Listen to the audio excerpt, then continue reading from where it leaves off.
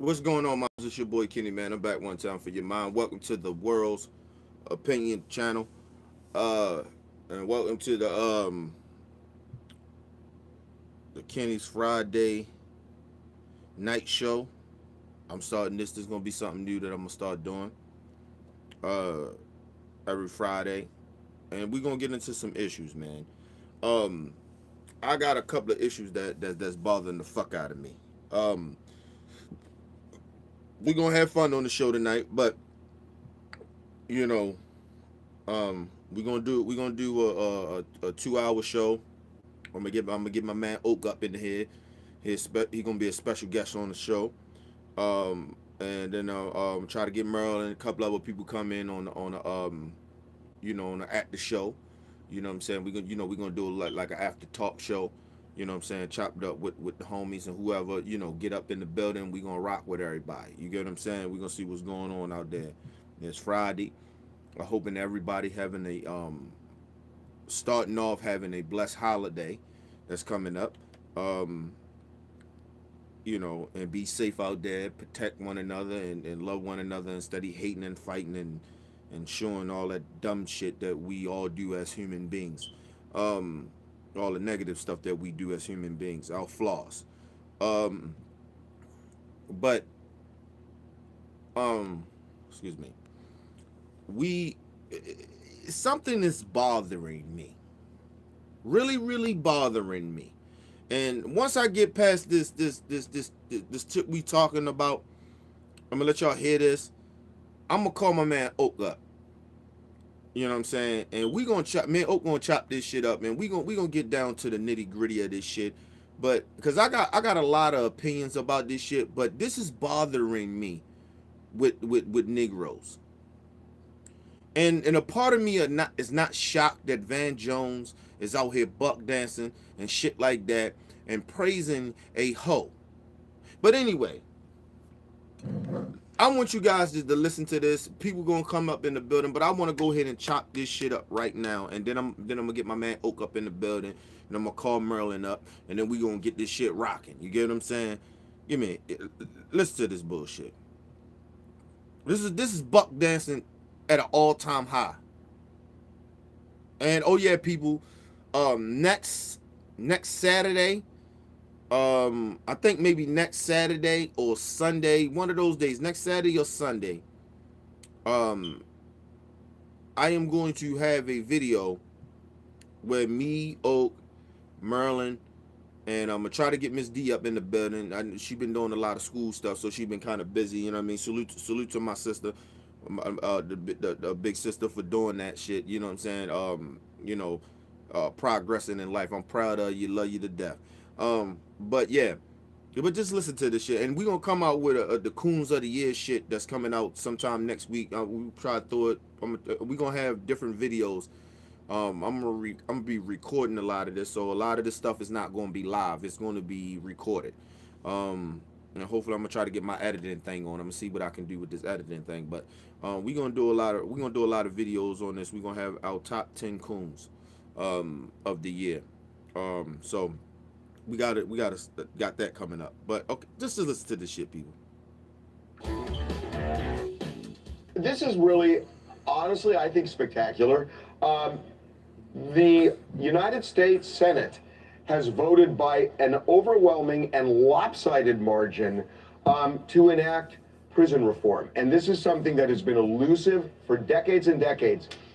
The force behind it is really Van Jones from CNN. I mean, he has just done an incredible job with it. Look, man, I want to give all the people that have been fighting for prison reform. I get why a lot of people want to give Van Jones his props on this because he been out there, he been in the struggle, he been out there fighting for this shit. But let's get something very, very straight here. Um, People, you're telling me in 2018, in decades, um, this all these Congress members and people a lot of them been in there for decades, and all of a sudden now in Donald Trump era, they could actually get together, Democrats and Republicans, to vote on police reform, criminal reform. I think it's something like that. Hold on, let me see. Prison reform. I'm sorry. Um, Never mind. I got a lot to say, man, but I want to hold a lot of what I want to say to when I call Oak. We got Van in the street today in D.C. Van does not credit himself immodestly. He credits somebody else and is telling everybody to eat crow. Listen to this. If Kim Kardashian had not gone to the White House and talked to Donald Trump, we would not have passed this bill.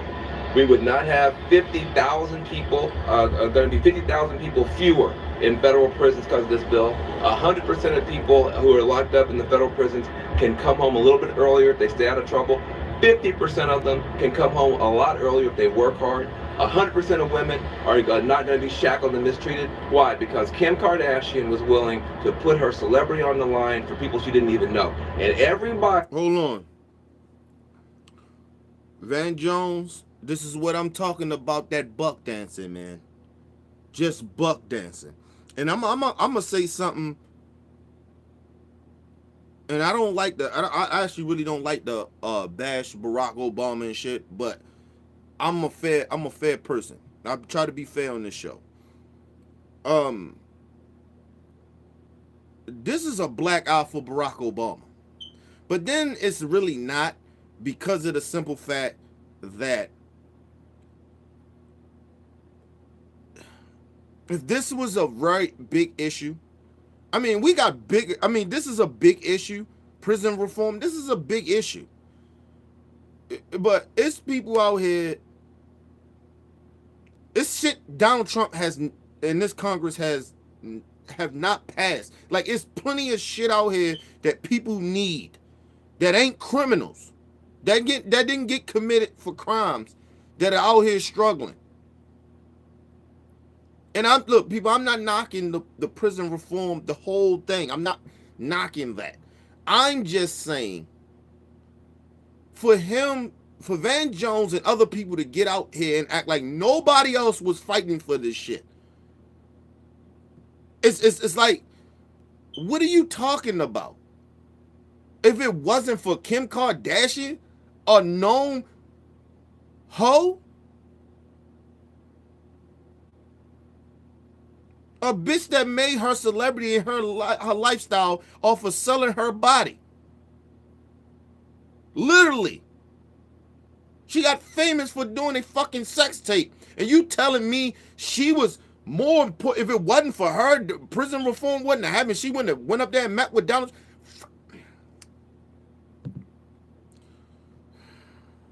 It's dishonest. It's very dishonest. And this is why these people like Van Jones shouldn't be talking to black people. It's very dishonest to say that. Just buck dancing, dude. The fuck you mean? Kim Kardashian, if one for her going up there, me. You know how many fucking celebrities probably went up there and talked to Barack Obama, or even, not even celebrities, motherfuckers that's very more educated than Kim Kardashian or any rapper that came to Donald Trump and Barack Obama and all other fucking presidents about police reform. You know how many times that shit was on out there as far as them supposed to vote, and the Republicans shut it down? Come on, man. Who said she was being played and she was just being used for a photo op. How you like me now? Look at the scoreboard now. We got 87-12 to help people behind bars because Kim Kardashian West was willing to stand up for somebody. Oh yeah, how you like me now? Shout out to Kumo. So that is Van Jones' outlook of praising a white woman that have never did shit for black people in her life. Ever.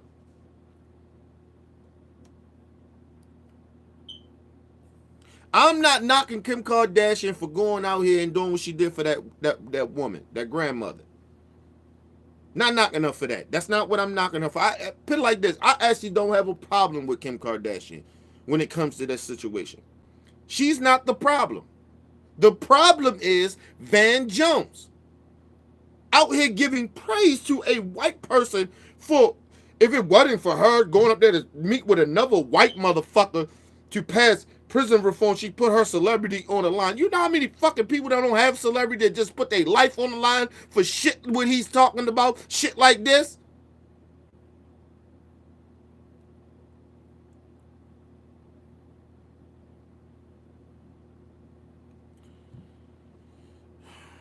Black men, when it comes to Kim Kardashian, black men want to fuck Kim Kardashian. Okay? That's about it. And when it comes to black women, they most likely want to be as rich as Kim Kardashian. That's it. This bitch is no inspiration.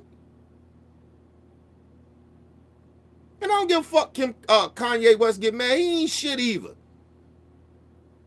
She's married to a coon and a sellout. You think I give a fuck about Kim Kardashian?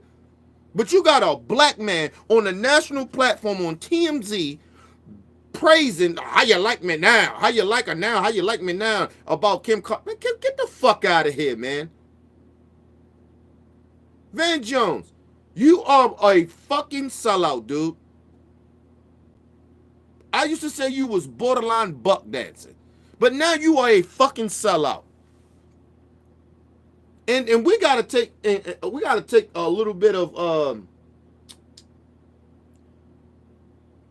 we gotta take a little bit look at Van Jones, him saying this bullshit, because he just broke up with his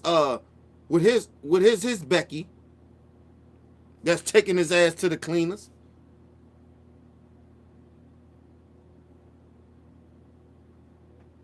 This nigga he white woman hurt right now. So we gotta pay attention to these. This is some bullshit. You don't get on national TV and do this, people. You don't do this. This is not what black people do. We always got to do this bowing down, this notion of, hey man, let's give white people the prize. If she wouldn't have went up that, you know how many motherfuckers that probably talked to Trump about this, and they more educated in this shit than her? Talking about, it was a photo op. It was a photo op. And Trump only did what he did because he was trying to get black people to ride with him. It wasn't genuine. Everybody knows that. Ain't nothing genuine about Donald Trump. So basically what Van Jones is saying, okay, she went up there and got the president to do this, right? So somehow she talked to him, changed his mind, and he did it out of being he was genuine about it. Donald Trump is letting criminals, like actual real criminals, out of jail. Actually real racists out of jail that committed hate crimes, I would call. Joe Papayo, whatever his fucking name is. That racist motherfucker. Pardon him. So he ain't doing it out of the kindness of his heart. He's not doing it on some genuine shit. It's about publicity. And if you know that, Van Jones, why the fuck are you acting like, because Kim Kardashian went up there with her celebrity? It was a photo op, nigga. And if you keep on running around trying to pretend like it's not, fuck you, man.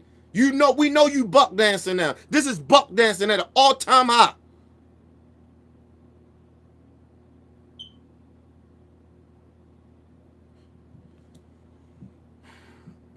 Listen, he's very passionate about that. The first step back. Kim, to be honest with you, a lot of people thought was being used. A lot of people thought that her going up there to meet with Donald Trump only added to Donald Trump's sort of collection of celebrities that have come up there and did nothing for anyone. But I guess Van Jones thinks that they're wrong, and I guess passes the first step back. And by the way, make no mistake about it. Kim Kardashian took a chance here. She took a big risk. Did she? Going to the Oval Office. What was the chances? She's going to get ripped apart. I know. She's going to get, and she was. But she was. But in the microwave generation that we live in now, it wasn't going to last very long. Kanye West had already been on record as being a Trump supporter. I don't know how much of a risk she took, but I do think it was a great thing. Oh my God! I'm ready to say the same thing. What risk did this bitch take? She is a rich white woman. Sold her body to be famous.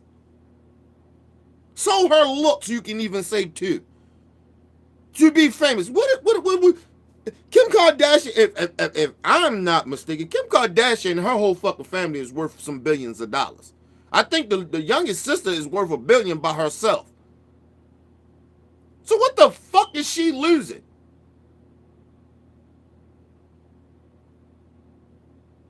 She don't have the black community riding with her. She like black dick. That's about it. But nobody's looking at, I don't know any black people that's looking at Kim Kardashian like she's some type of role model. And if they are, they some stupid motherfuckers too. Like, you got to be kidding me out here. What did she risk? Of not being a hoe no more? I mean, what the fuck?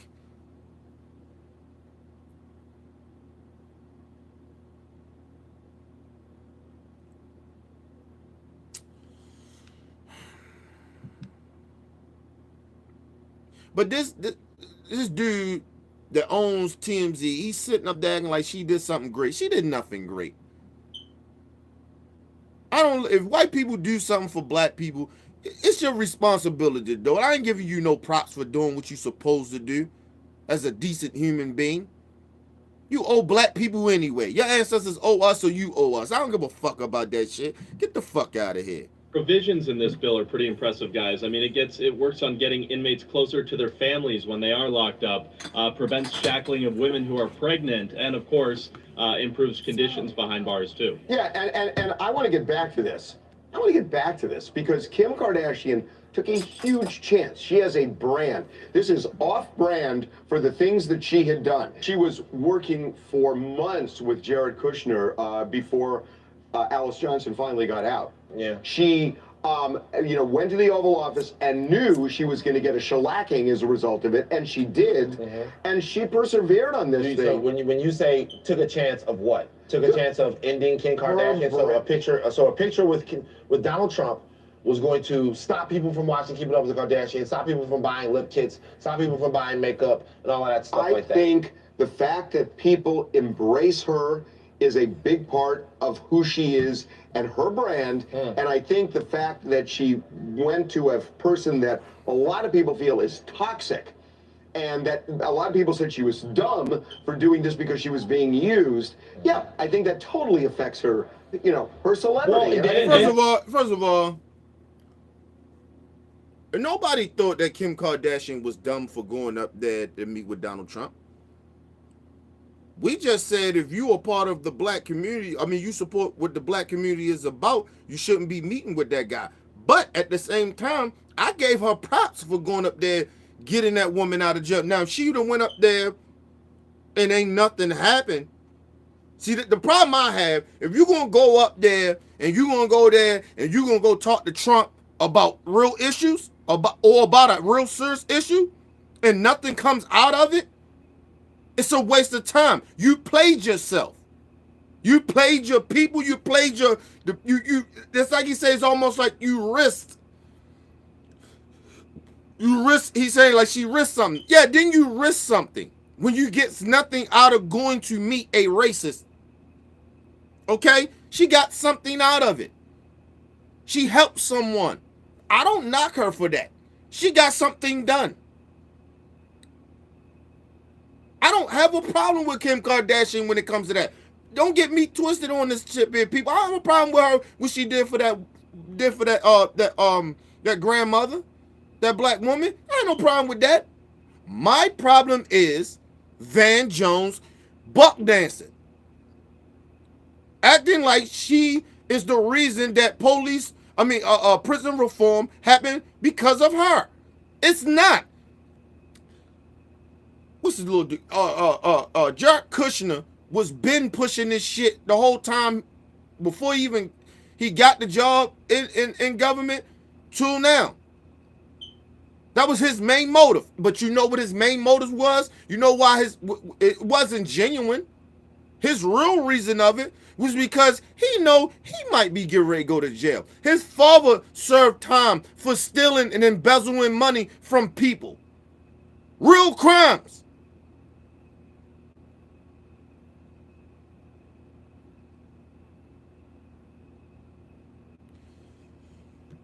We dealing with a bunch of fucking frauds. And people are sitting around acting like Kim Kardashian and Jared Kushner and Ivanka Trump and all them like they good people. They're not. They are opportunists. They are frauds just like Trump. They are racist just like Trump. And black people so fucking far gone that they don't think that somehow, some way, white people can't laugh and grin in your face and agree with some shit to get what they want and still be racist and still don't like you. I don't know what the fuck has happened to our people, but something is seriously mentally wrong with us. If we really truly don't think that what I just said is not capable of happening, I'm not saying hate all white people. I'm not saying that hate people, but you damn sure better have your motherfucking radars up and keep your distance from any. If they ain't your friends, you don't know them, fuck them. Keep the good white friends you have. I ain't trying to make no new white friends. I'm sorry. I don't know you, fuck you. You're a little too nice to me. I don't trust it.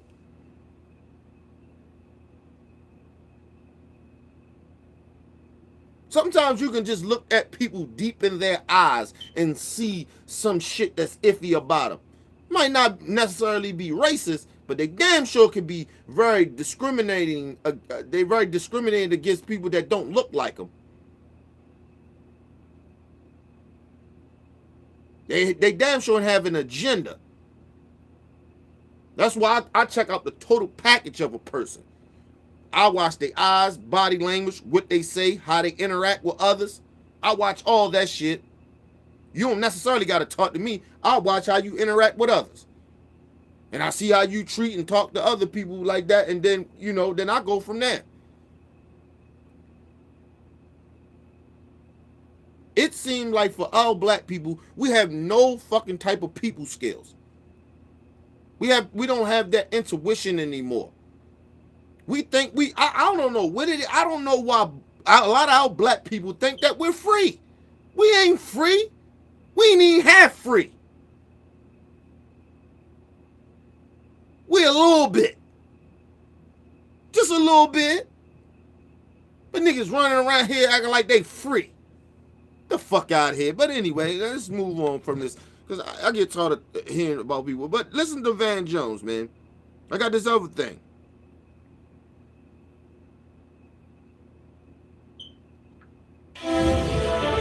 Here's our breaking news tonight. The Senate overwhelmingly passing a major prison and sentence reform bill. The vote 87-12.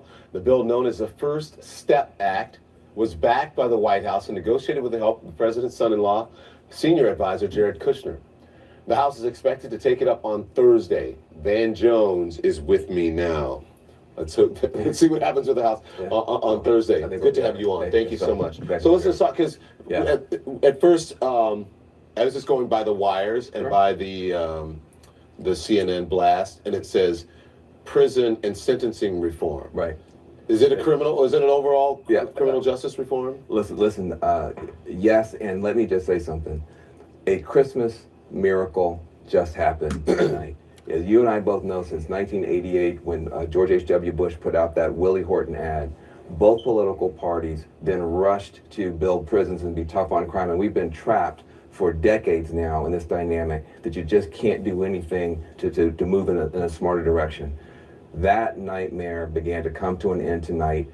87 senators, both political parties came together to do something to try to begin to reduce the number of people behind bars for too long. And what this bill does is unbelievable. It means that 100% of people who are behind bars in the federal system can stay out of trouble and come home a little bit sooner. Half of them can work hard and earn their way home sooner. 100% of the women behind bars can no longer be shackled when they're giving birth and mistreated. 100% of juveniles can no longer be put in solitary confinement. And that horrible crack cocaine disparity where 100 to 1, if you had crack and powder cocaine are the same. You put a little baking soda in it for the hood, it's called crack. Your yacht club with the powder is called cocaine.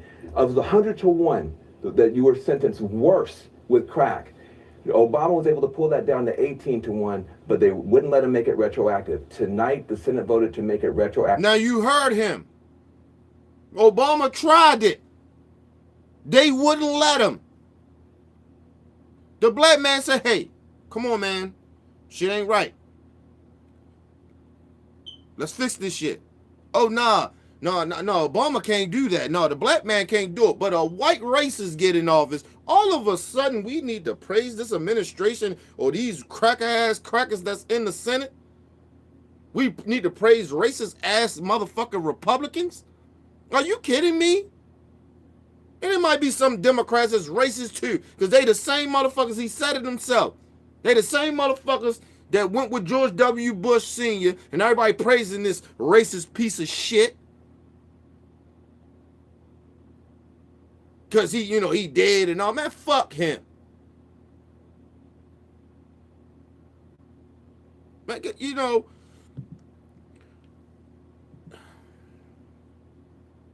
we always, this is the reason why I don't like America, man. We always giving credit to these white folks.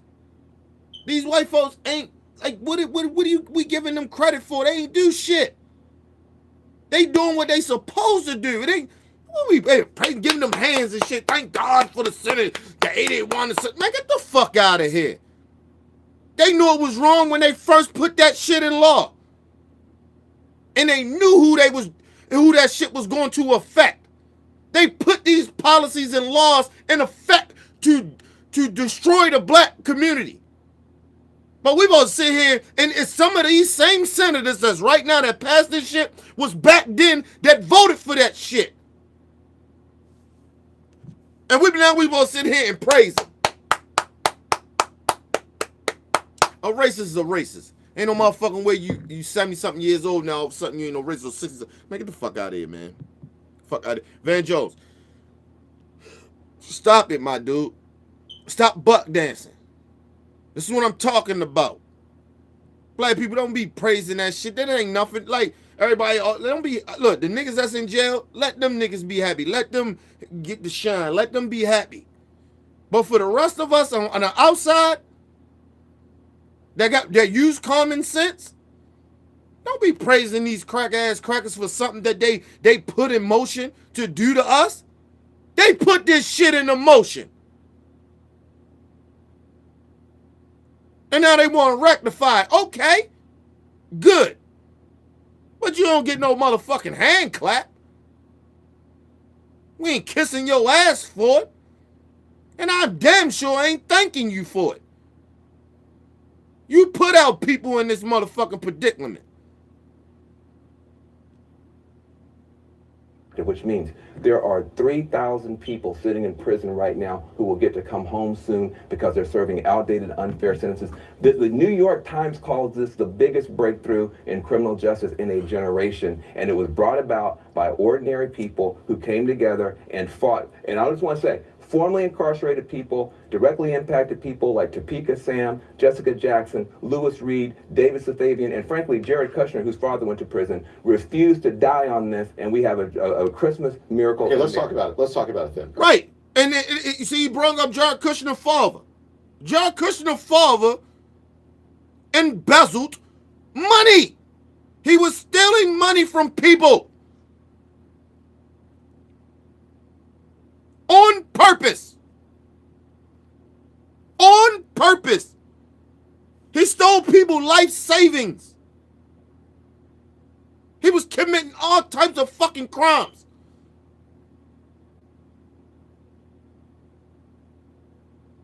It's for what? I think if I'm not mistaken, I think it's for maybe did like 5 years for that shit. You stole motherfuckers people's life savings. You took their life savings that they've been working for decades. And you got 5 years and we supposed to sit there and cry over Jared Kushner for? Fuck Jared Kushner and his daddy. Nigga, that's how I feel. And fuck Van Jones for trying to act like we supposed to be praising Jared Kushner. Fuck Jared Kushner. There been plenty of people in positions like that have been trying to fight for the same shit, and the motherfucking racist ass Republicans stopped it. He admitted it his damn self. Fuck out of here, man. Right. So let's get into when you talked about powder cocaine and crack cocaine. Yes, sir. Because for the longest time, folks of color have been saying, well, people weren't upset when people were in the hood were dying In the 80s and the 90s. and going to prison. Terrible. But now it's a heroin epidemic and what have you, and non-people of color, white people are dying or have been affected by it and are having to serve time for it. And now all of a sudden it's an issue. Right. How does this work? Look, I think that is a very fair point, that when there was an addiction crisis in the black and brown communities, they said throw these people. First of all, Van Jones, see how he just kind of dismissed it a little bit? It ain't just fair, motherfucker. It's a fact. See, we're not going to do this fair shit. That's a fair point. No, that's a fact. That's a fact, Van Jones. And you know better, man. This is what I'm talking about this buck dancer, man. You know better.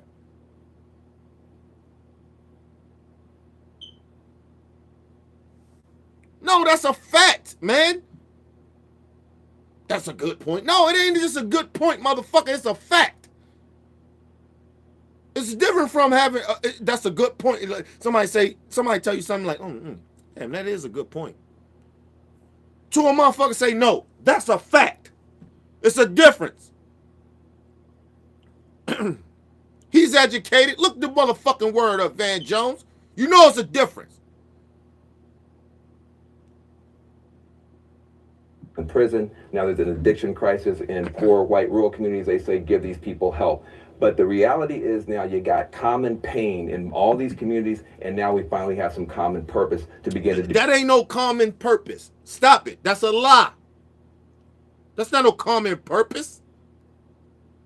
That's what I always say about people, period. No matter what skin color you are. Skin color you are, it don't matter what race you are. People, we are hard-headed in America. We was trained to think like this, believe it or not. Until something happened to you, that's when people all of a sudden want to be freedom fighters and be out riding and doing all this shit. Some tragic gotta happen to you. Something gotta affect you or your family, and then you give a fuck about others. Get the fuck out of here.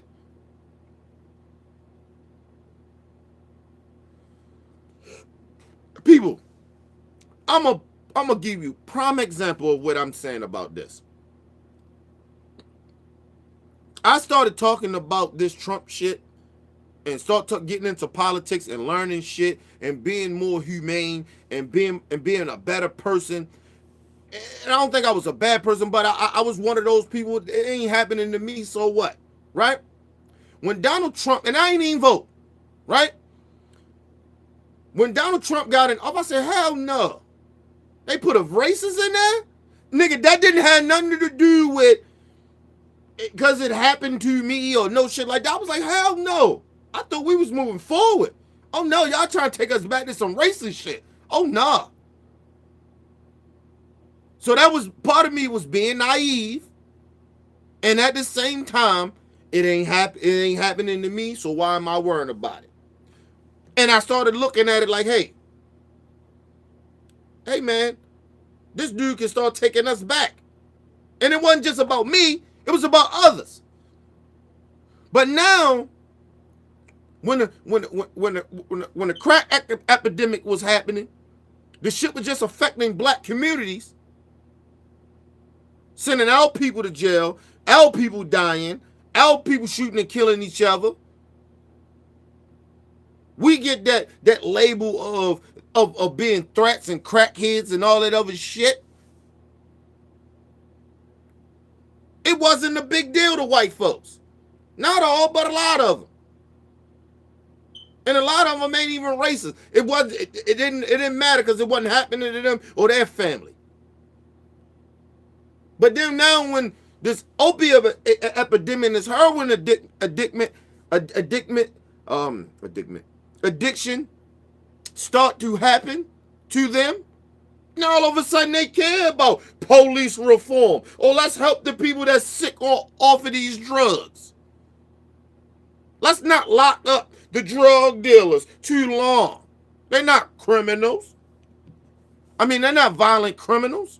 A lot of our people wasn't violent criminals. A lot of our people just sold the dope. And you locked them up and treated them like they was criminals. It was plenty of people that was on the drugs that they have and had locked up for decades off of a pill or two or a bag of pills. And when nothing in their motherfucking background saying they was violent. But since they got caught with that drug, they locked them up for decades, years and decades. People still locked up from the fucking crack era. But now that happened to white folks, now all of a sudden they give a fuck.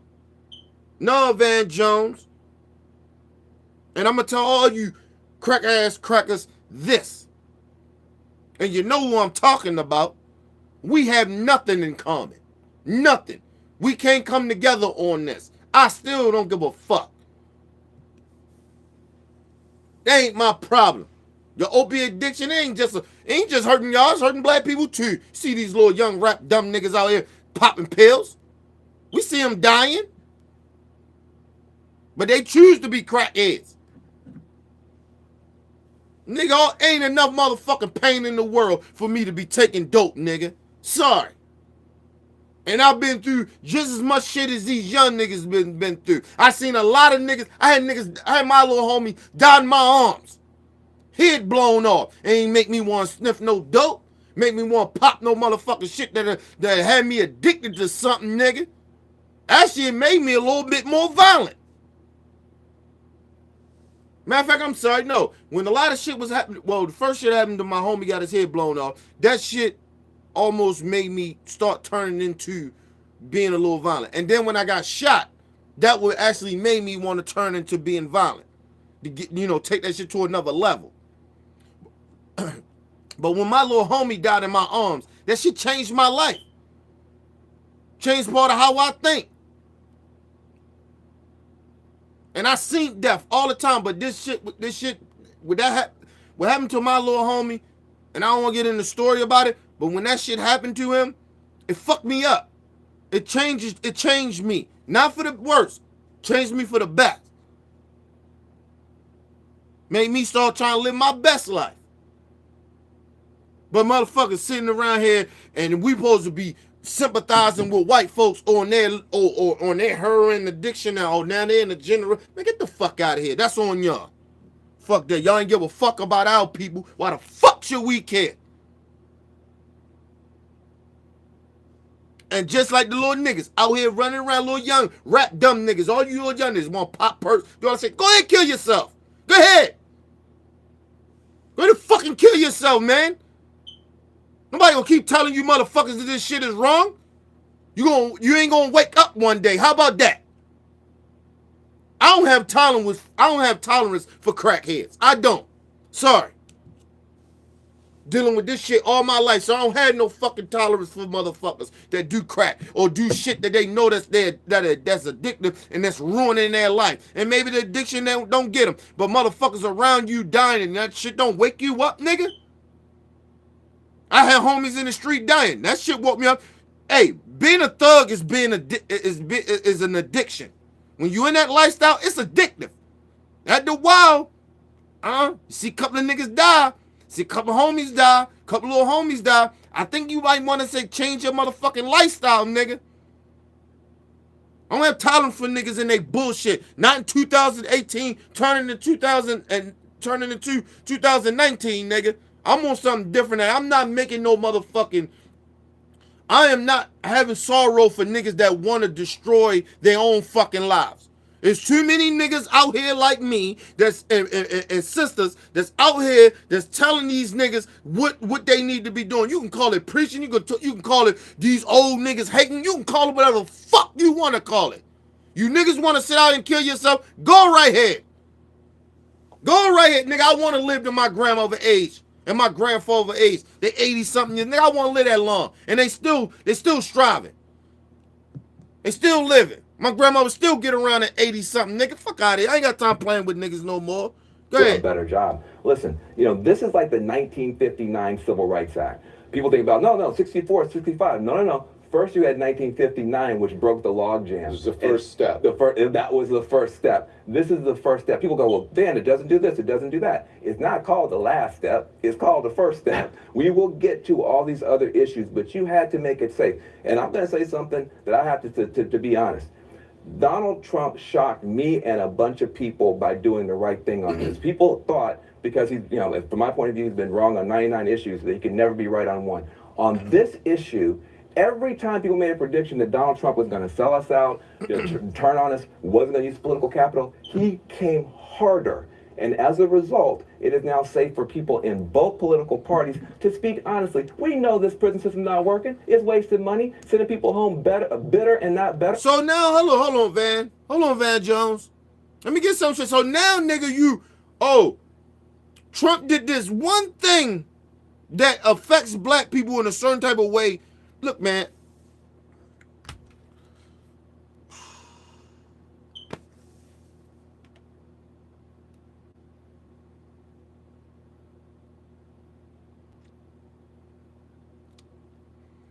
I gotta calm down a little bit, people. I'm very irritated, man. Very irritated from this buck dancing coon, man. Are you fucking kidding me, man? Are we sitting out here and we actually, like, this dude is actually out here bigging up Trump on one fucking thing that actually may help black folks? They don't just gotta lock us up no more. They shooting and killing us now and getting away with it. The fuck is he talking?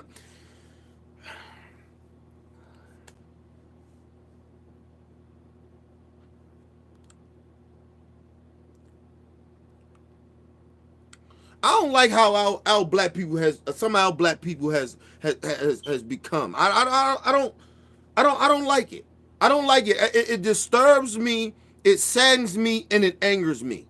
There's no motherfucking way Van Jones is sitting out here acting like, oh, this police law is the biggest thing that ever happened. Get the fuck out of here, man. The fuck out of here.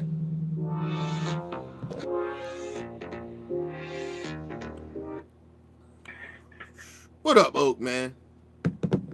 Oh, now you call me? Nigga, you called me, nigga. Dude, you don't like how black people are coming up? Dude, first of all, we can't bring this behavior into 2020, man.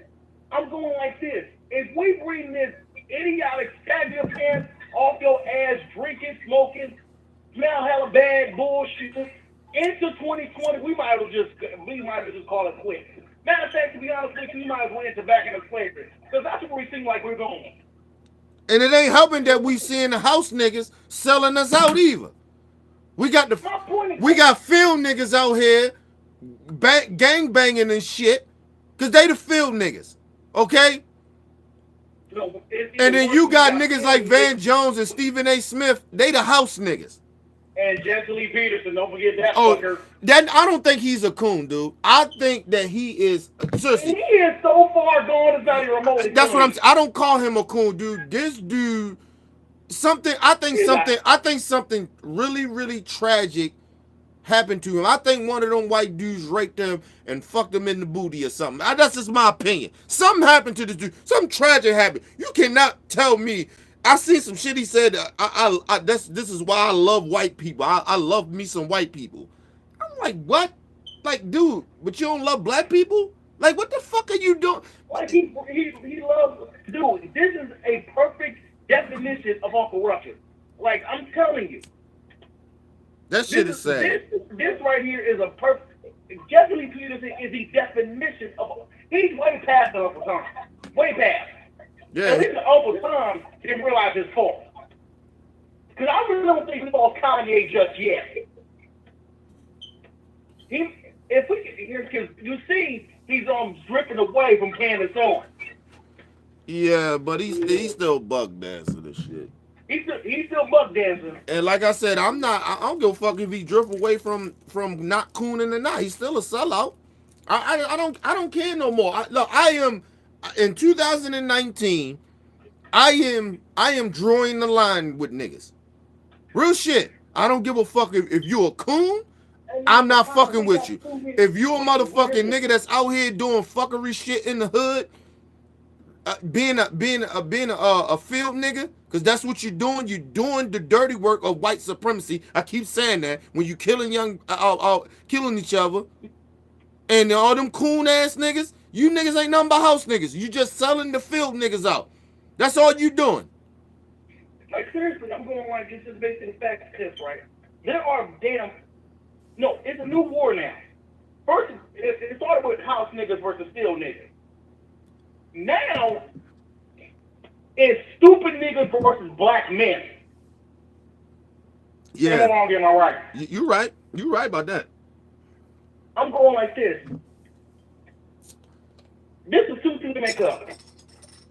Last tax season, 2018, I watched so many people spend their money instead of investing it. There was a dude, this is too to make up, took his baby mama's tax returns, stupid as she is, bought a down payment for a Rolls Royce Phantom. Hey man. Do that sound right to you? No, that sound brainwashed. That sound like some nigga that lost his goddamn. He sound like a dude for me that's mentally. And let me put this out here before you jump back in.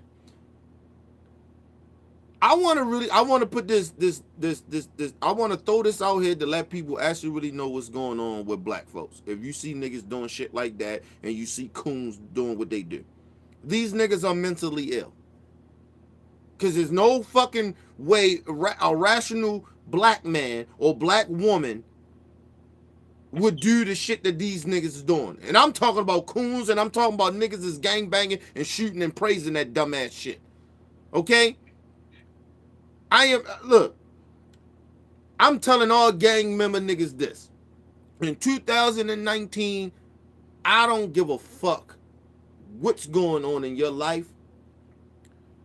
Nigga, they are killing us. And if you can't see that At a rapid rate. And you are not a part of what our movement. You're not a part of black people. You are doing the dirty work for white supremacists. I'm gonna tell all these gangbanging niggas that. Sorry, man. Fuck that. I understand where you come from. I get it. Blah, blah, blah, nigga. You done seen for the last 2-3 years.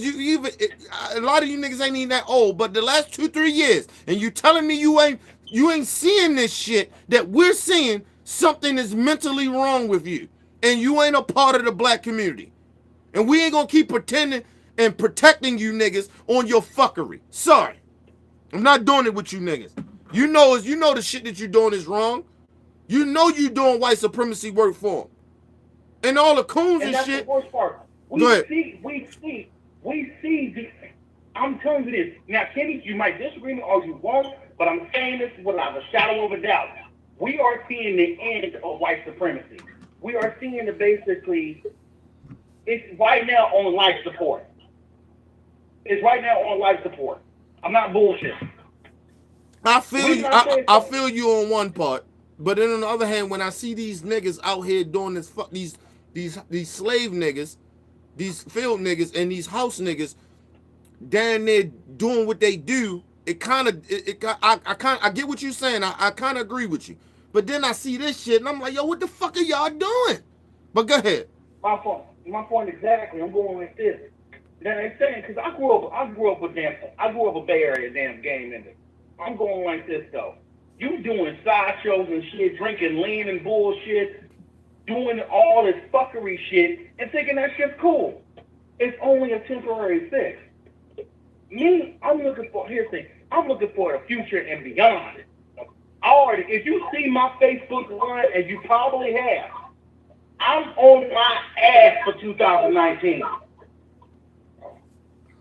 Yeah. Because I do not want to just, because the problem that basically black people are doing today is one specific thing and one specific thing only that is getting on my last nerve. Other than killing each other, other than doing drugs, the biggest thing that's connected to all this shit is one thing and one thing only. Accelerate. Yeah. They'd rather be a gang member than be something else. Right. They'd rather be a rapper than be a damn music mogul. They'd rather basically they'd rather spend their whole money on a car they can't afford instead of putting money into their children's future or at least buying a house.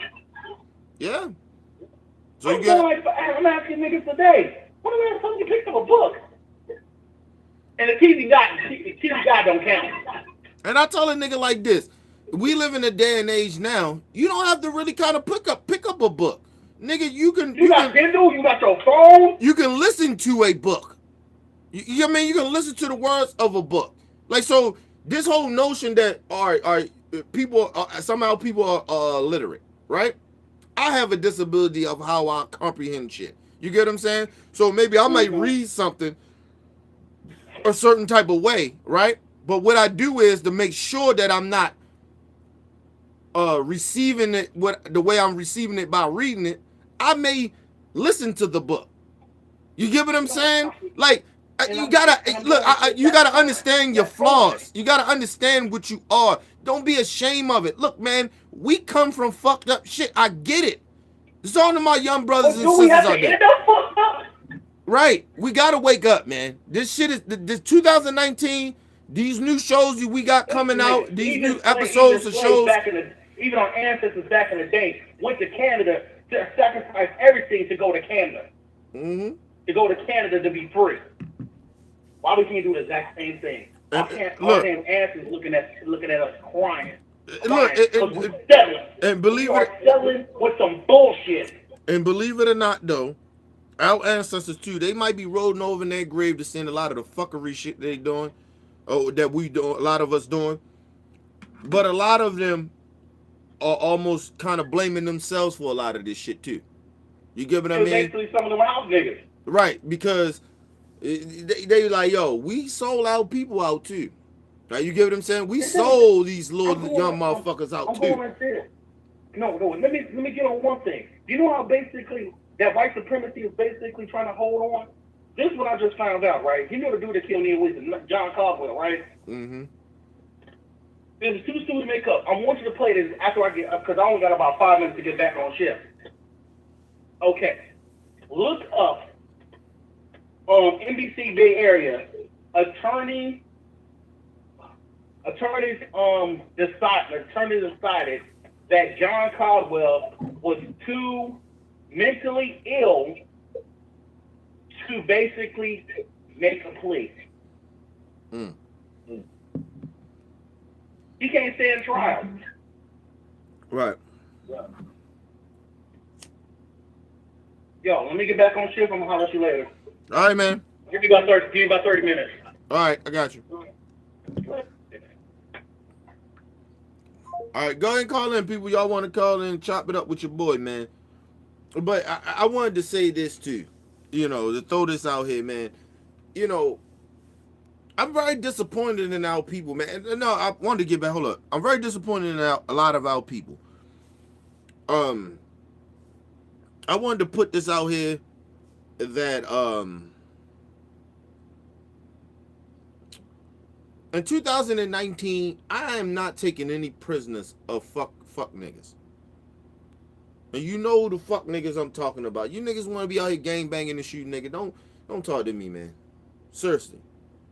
Y'all see the problem. Y'all see what's getting ready to happen. This shit get ready to get bad before it get better. Because I believe what Oak is saying. I kind of believe the whites. That's why white supremacy.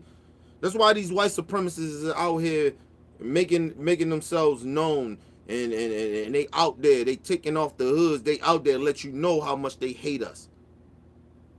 They hate other races of people. They want America to stay white. They want black people and other minority people to bow down to them and show them the proper respect. You heard the little white dude and shit. I forgot he was from a college a while ago. Little white dude. He sat out there and was trying and told black people to their face like white people is the reason that America is what it is. White people is this and that. White men or whatever. Like, dude, get the fuck out of here. And I understand he may have been drunk, but he's a white supremacist. He been thinking this racist shit for a long motherfucking time here, people. And everybody sitting there pretending that white people haven't been thinking about this. And mind you, this is a college student. This ain't no dude. These are motherfuckers that is around my little cousin age. These are kids to me. So I look at them. A white boy sitting out there talking that nonsense. He ain't read history. He read white supremacist propaganda history. And I want people to understand about racist people. They read history. They know what history is. They choose to ignore real history to, it's just almost like a pastor or a religious person. They sit there and they pick and choose of what's law or what people supposed to do and what we supposed to do, what law about God that we supposed to have. That's what white supremacists do. That's why religion and white supremacists come together in some way. They come together in some way, my people.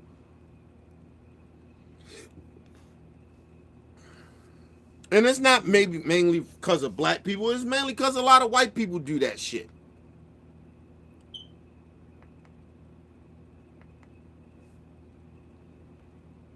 I just turned on my chat shit. My bad. What's going on? Spurt. I think that's who that is. I can't even see that shit. I'm on a different TV, people, so I can't really see, and my eyes is bad as shit. But yeah, man. Get the fuck out of here, man. 2019, I ain't taking no prisoners. I don't give a fuck who you are. Seriously, real shit. Cause it's getting to a point of like, are we gonna stand for something or we not?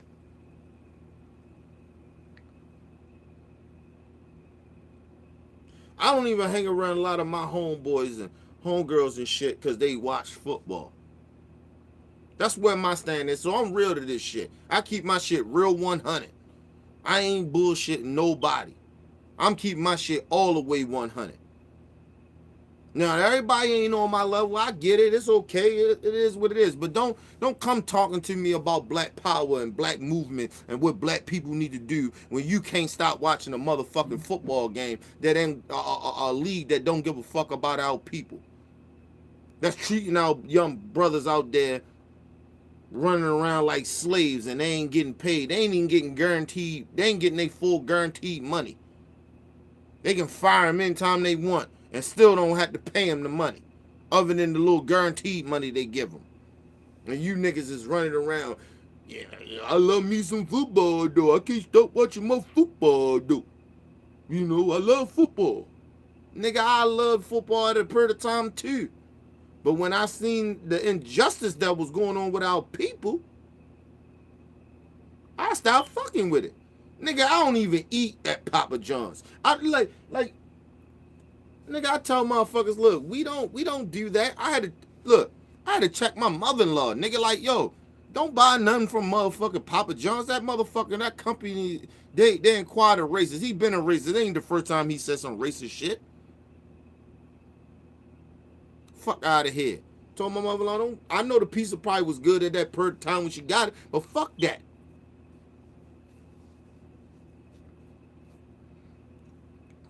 Don't support nothing. Don't put our money means a lot to me. That's how I feel. I ain't supporting it. My support and my money means a lot.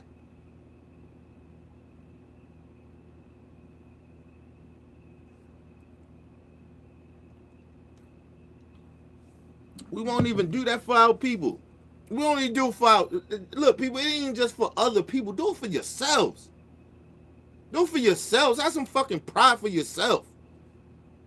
You black. Ain't nobody trying to hear that shit of how much money you are, how much you don't have interaction with cops and all that other fuckery shit. Where I'm from, they don't treat me that way. Nobody give a fuck about that. Because in an inexplicable moment, you don't know what's going to happen in your fucking life. You don't know where you're going to be when that discrimination or that racism or that motherfucking cop gun your ass down. When you in a restaurant, when they treat you like you ain't nobody. They questioning you, giving you. It was a brother from Brooklyn, Ohio, and a dude 9 to 5, like Republicans say, pull yourself up by your bootstraps. He'd been working there 3 weeks. He get his first check, and he go to a cash checking spot.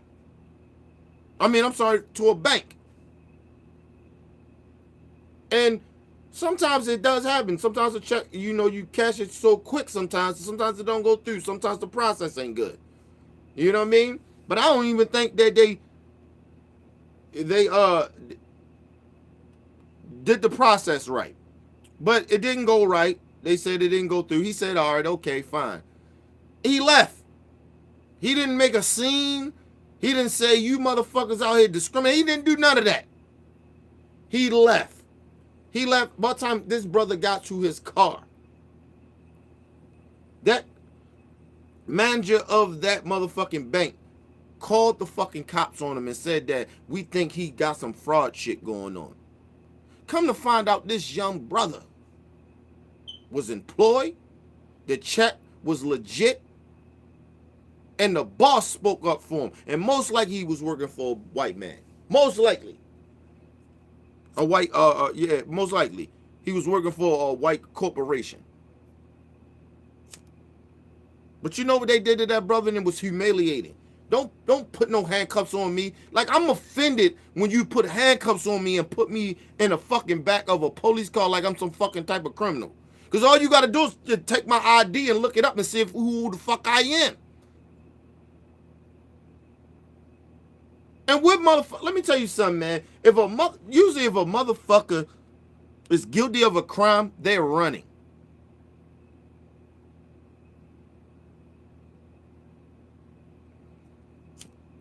I know people that scam. Usually that people that try to get away with scams, that go in the banks or whatever they do, scam or whatever they do, they are probably about 80% sure that they're going to get away with it.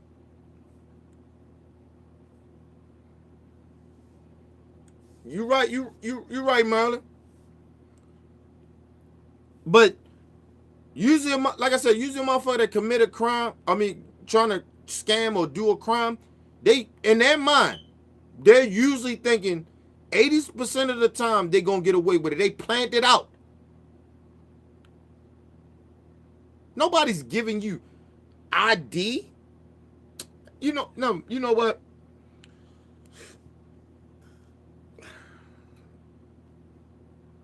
You know, that's why this whole prison reform shit annoys me. It annoys me. Everybody all happy about it. I ain't happy about that shit, man. That shit means nothing, man. They treated that brother like he was a criminal and he wasn't. How about you maybe just sit that brother, let that brother stand right next to you. How about you stand right next to him, keep an eye on him. You ain't got to put him in no handcuffs and throw him in the back of the police car. You don't know if he did anything wrong or not. Be respectful. Be respectful. But no, that's how cops do.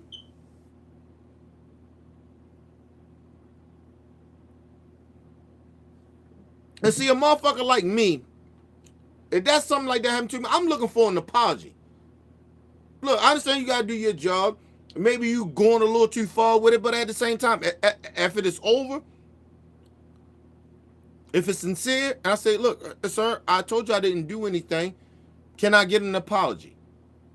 I'm talking about from the cops. And I'm probably walking back in the bank. See, I'm that type of motherfucker.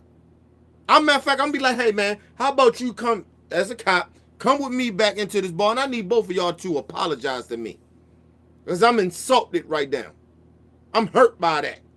With just transaction that's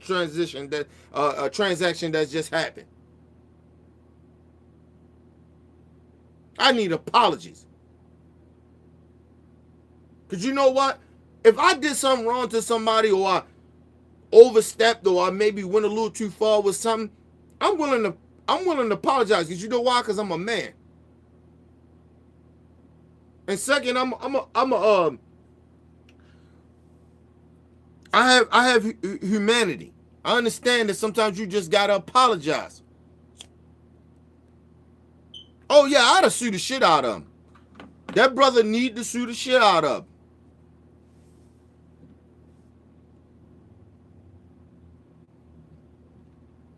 That shit was bullshit. I was like, yo, come, and they threw him in the back of the motherfucking police car like this dude was a criminal. Dude, I probably would have been so offended.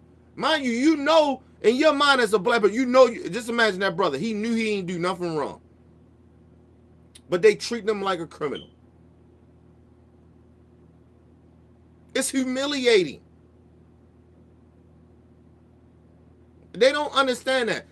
It's humiliating. Don't treat me like a criminal. You don't even know that I committed a crime. You just assuming that I committed a crime. Until you find out I did a crime, don't humiliate me like that. But they don't have they don't have humanity, or they don't give a fuck about humiliating you. It's all about, oh, I'm just trying to make myself be safe.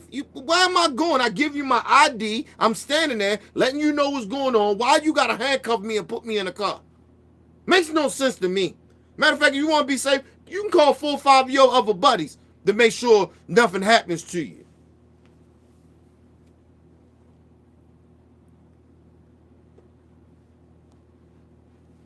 Give me a second, people. I'm going to let people start calling in again. Give me a second.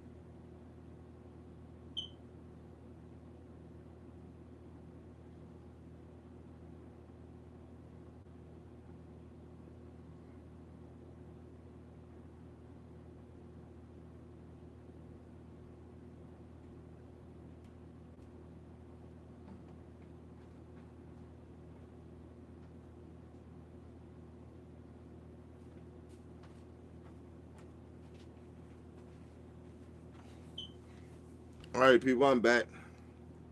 Had to go get my bed and shit. My refrigerator ain't hooked up. I'm still down here going to do some shit. Trying to get this studio back up and running like I wanted to do. I'm gonna move around some shit too. But yeah, go ahead and call in, people. Hit that like button, people. Support your boy. Hit that like button. The number is in the description box.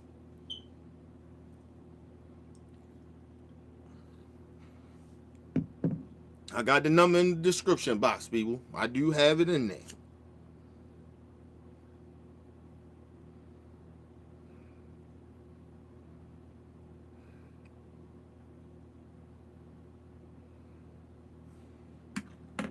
There's got a lot of bullshit going on around here, man. Like, you know, I ain't putting up with a lot of this shit in 2018, man. I like I said, I pray and I thank God that I don't have to deal with a lot of this fuckery shit.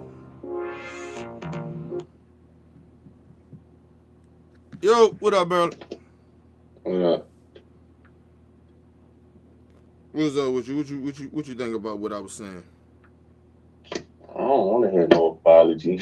I want to have that same energy that they had before. I just want when I saw the suit they had, I just boycott the bank.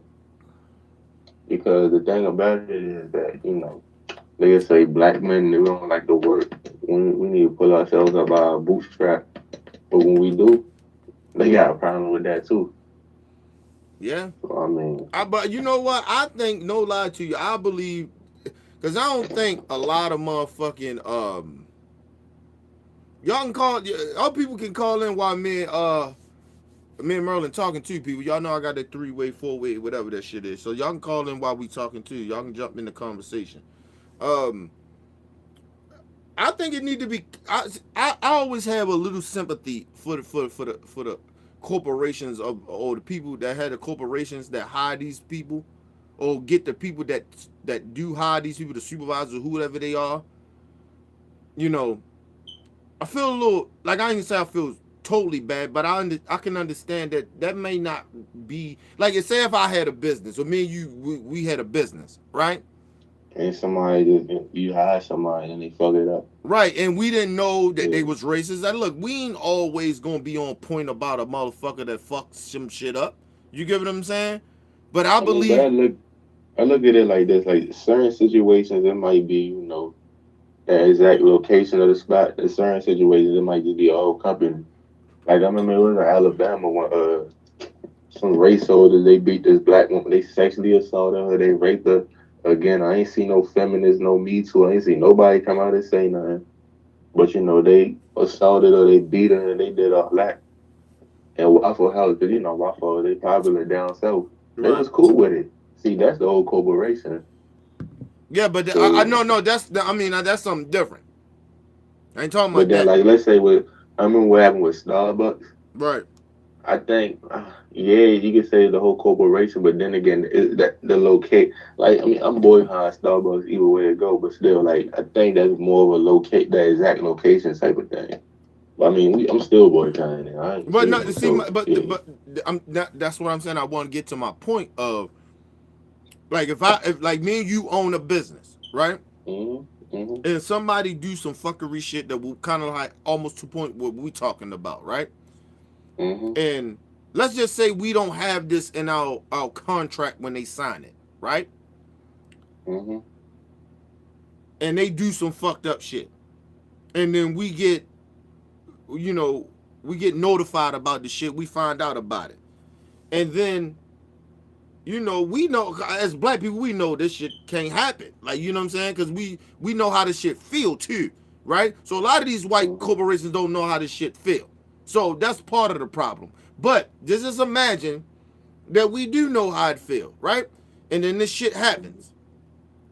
Now we got to take the motherfucking steps to say, hey, look, no tolerance of discrimination. You get what I'm saying?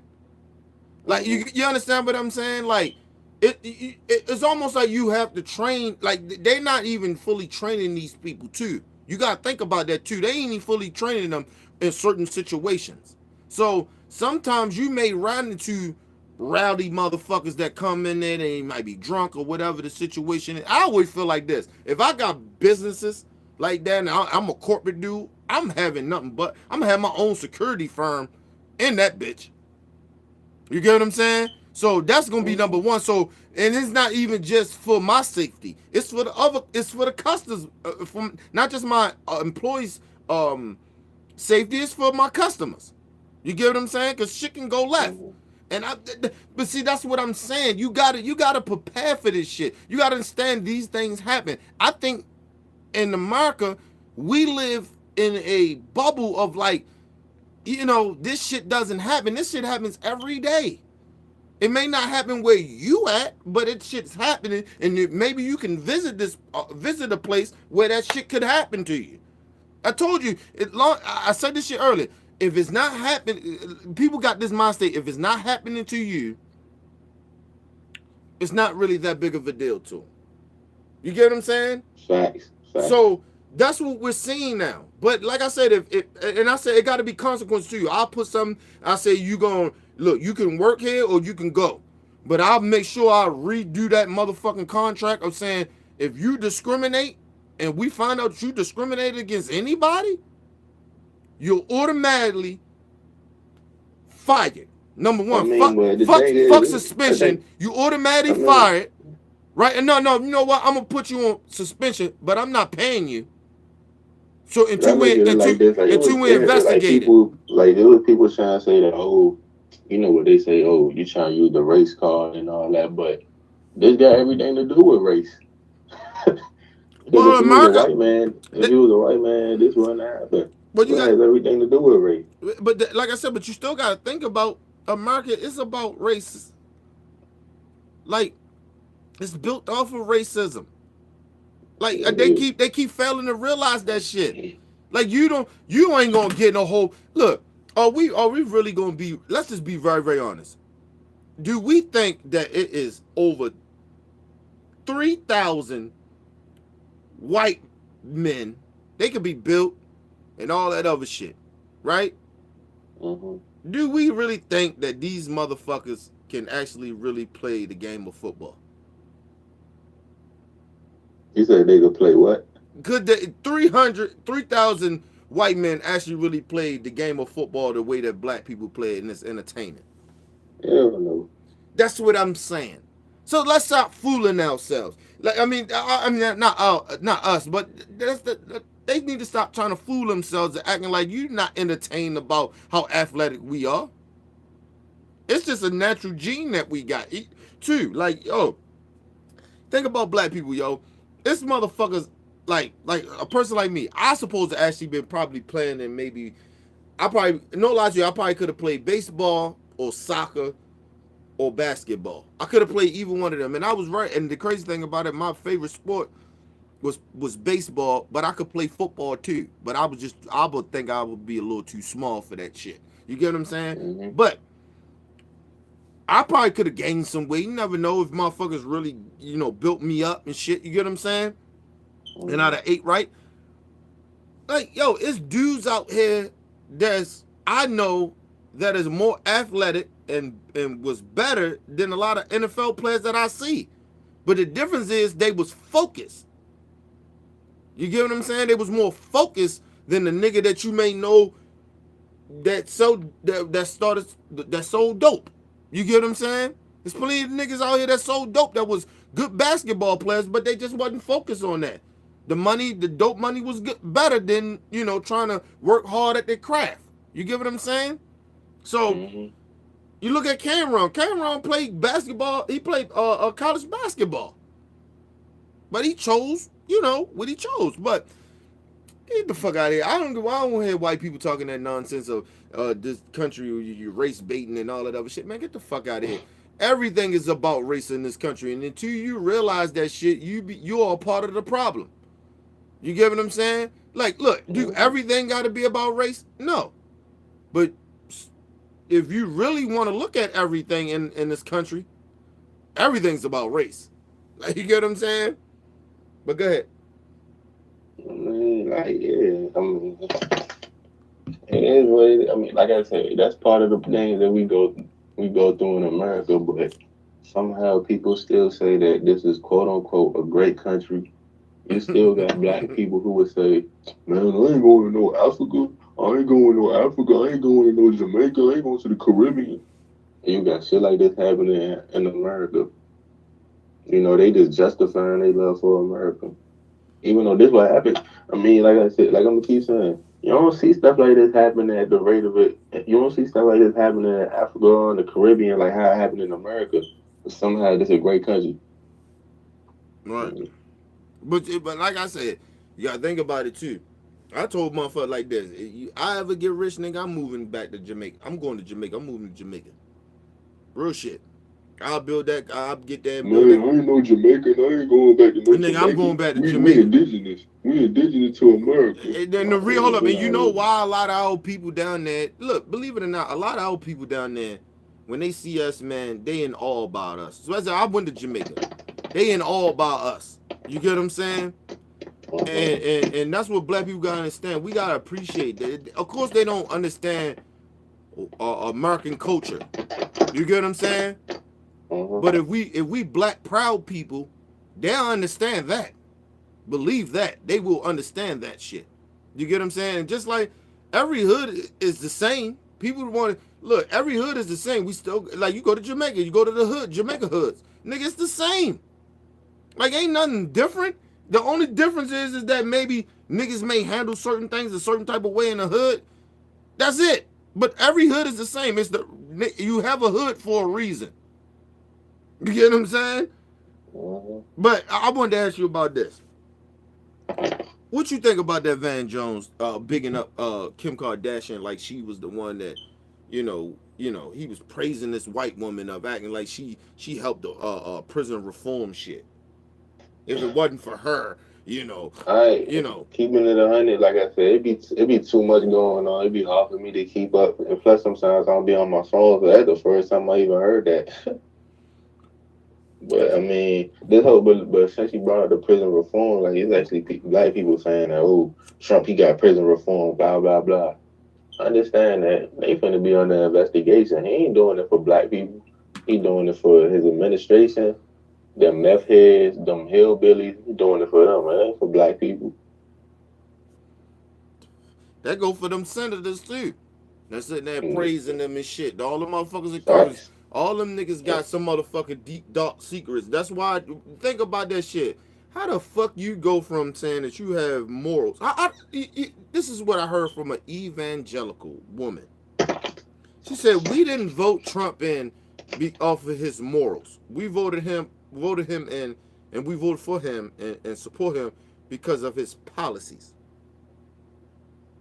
So, let me get this straight. As a evangelical, a religious person, you're saying he can say anything he wants to say, racist shit, disrespect people all he wants, but as long as he do what he want to do, do what he's supposed to do for you.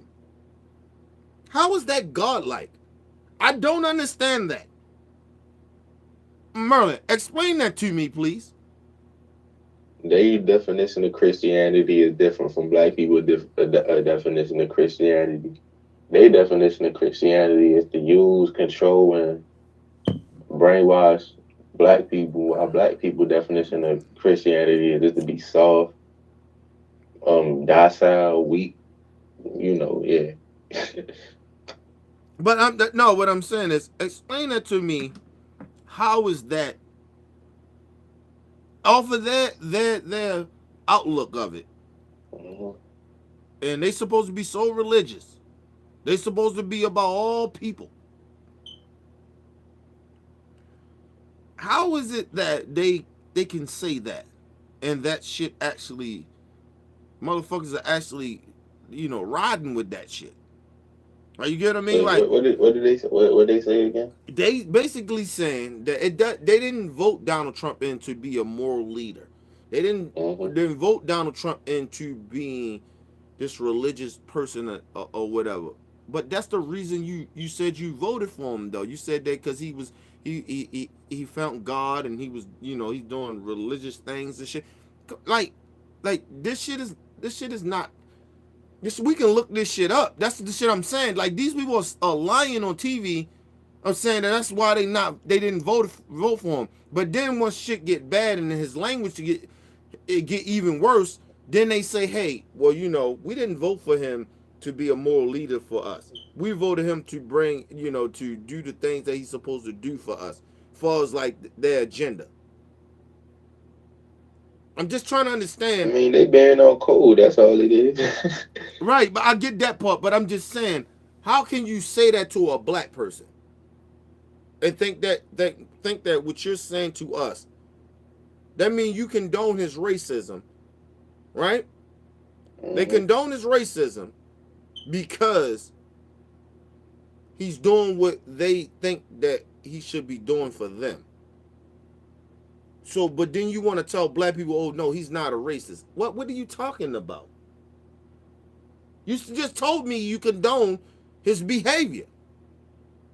It means nothing. We didn't vote for him to have, not to be a racist. We didn't you know what I'm saying?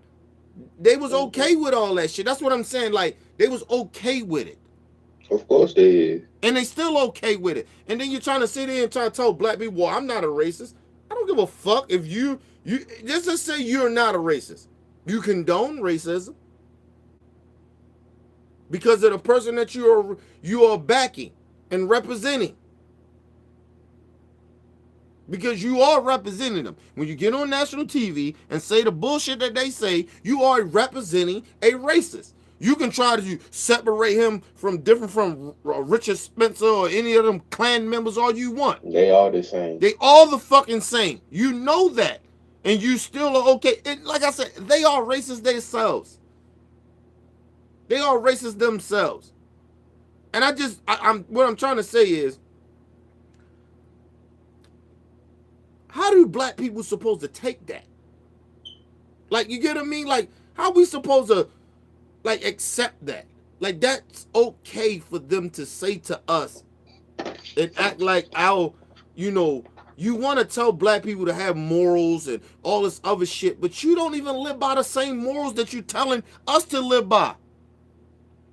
You get what I'm saying now? That's what I be saying. All that moral stuff is dead. It's better be 2019. We've been moral for over 400 years, and that ain't work.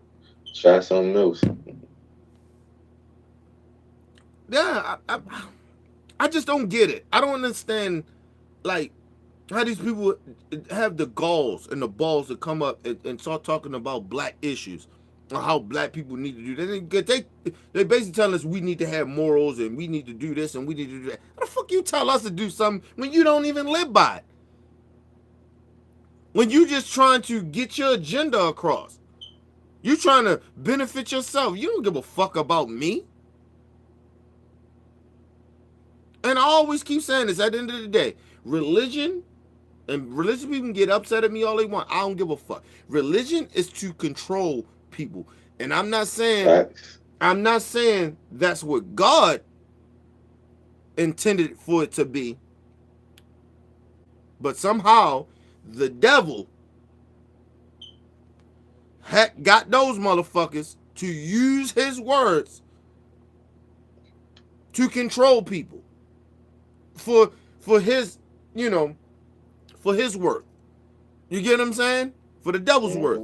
So religion is about controlling people. It ain't about, it's not about seeing people for who they are. I know something in the Bible, and they always taught this in Sunday school and any other school. They would say, hey, come as you are. Okay, so right. I can come as a gangbanger, nigga. I can come as a murderer, a rapist. I can come as a motherfucking skinhead, a Crip blood. You get what I'm saying? And you still gotta accept me. But they don't do that. Because you know why? They start Matter of fact, if you ain't dressed up in a suit and a tie, then, you know, they look at you a certain way. Right, and then they start telling, or if you gay, they ain't accepting you, but you know what they tell you? Or if you got tattoos, or if you're not a Christian. Shit crazy, man. But you know what the motherfuckers tell you, though? They tell you, but hey, you know, we got morals. Where's your morals? Fuck your morals. We talking about God here. We talking about what you say that you represent. You represent God. You got to go off of his shit. Why you making up shit? You get what I'm saying? Where's this moral shit comes into what God is talking about? And you ain't even living to buy what God is telling you about morals, that what you need to do. Come as you are. You got to accept everybody. You don't get to judge anybody. That's your job. That's what a servant of God's supposed to do. You supposed to accept anybody. You don't supposed to give a fuck what they done. You supposed to accept them, no matter what heinous crime or how horrible that person is, or what color skin they are. But the thing about it is, like, I seen like a few churches, like it'll be a KKK member. All they gotta do is say that they used to be in the KKK, even though they could still be in the KKK, but they could just hide it, you know. But all they gotta say they used to, then the church gonna forgive them. But you say that you ain't a Christian, oh, you going to hell? You going, you know. I don't give a fuck what they say. I tell all religious people this. You can get mad at me all you want. I don't give a fuck. I don't ride with y'all. I don't ride with y'all at all. Look, man, y'all are one of the biggest gangs in the world.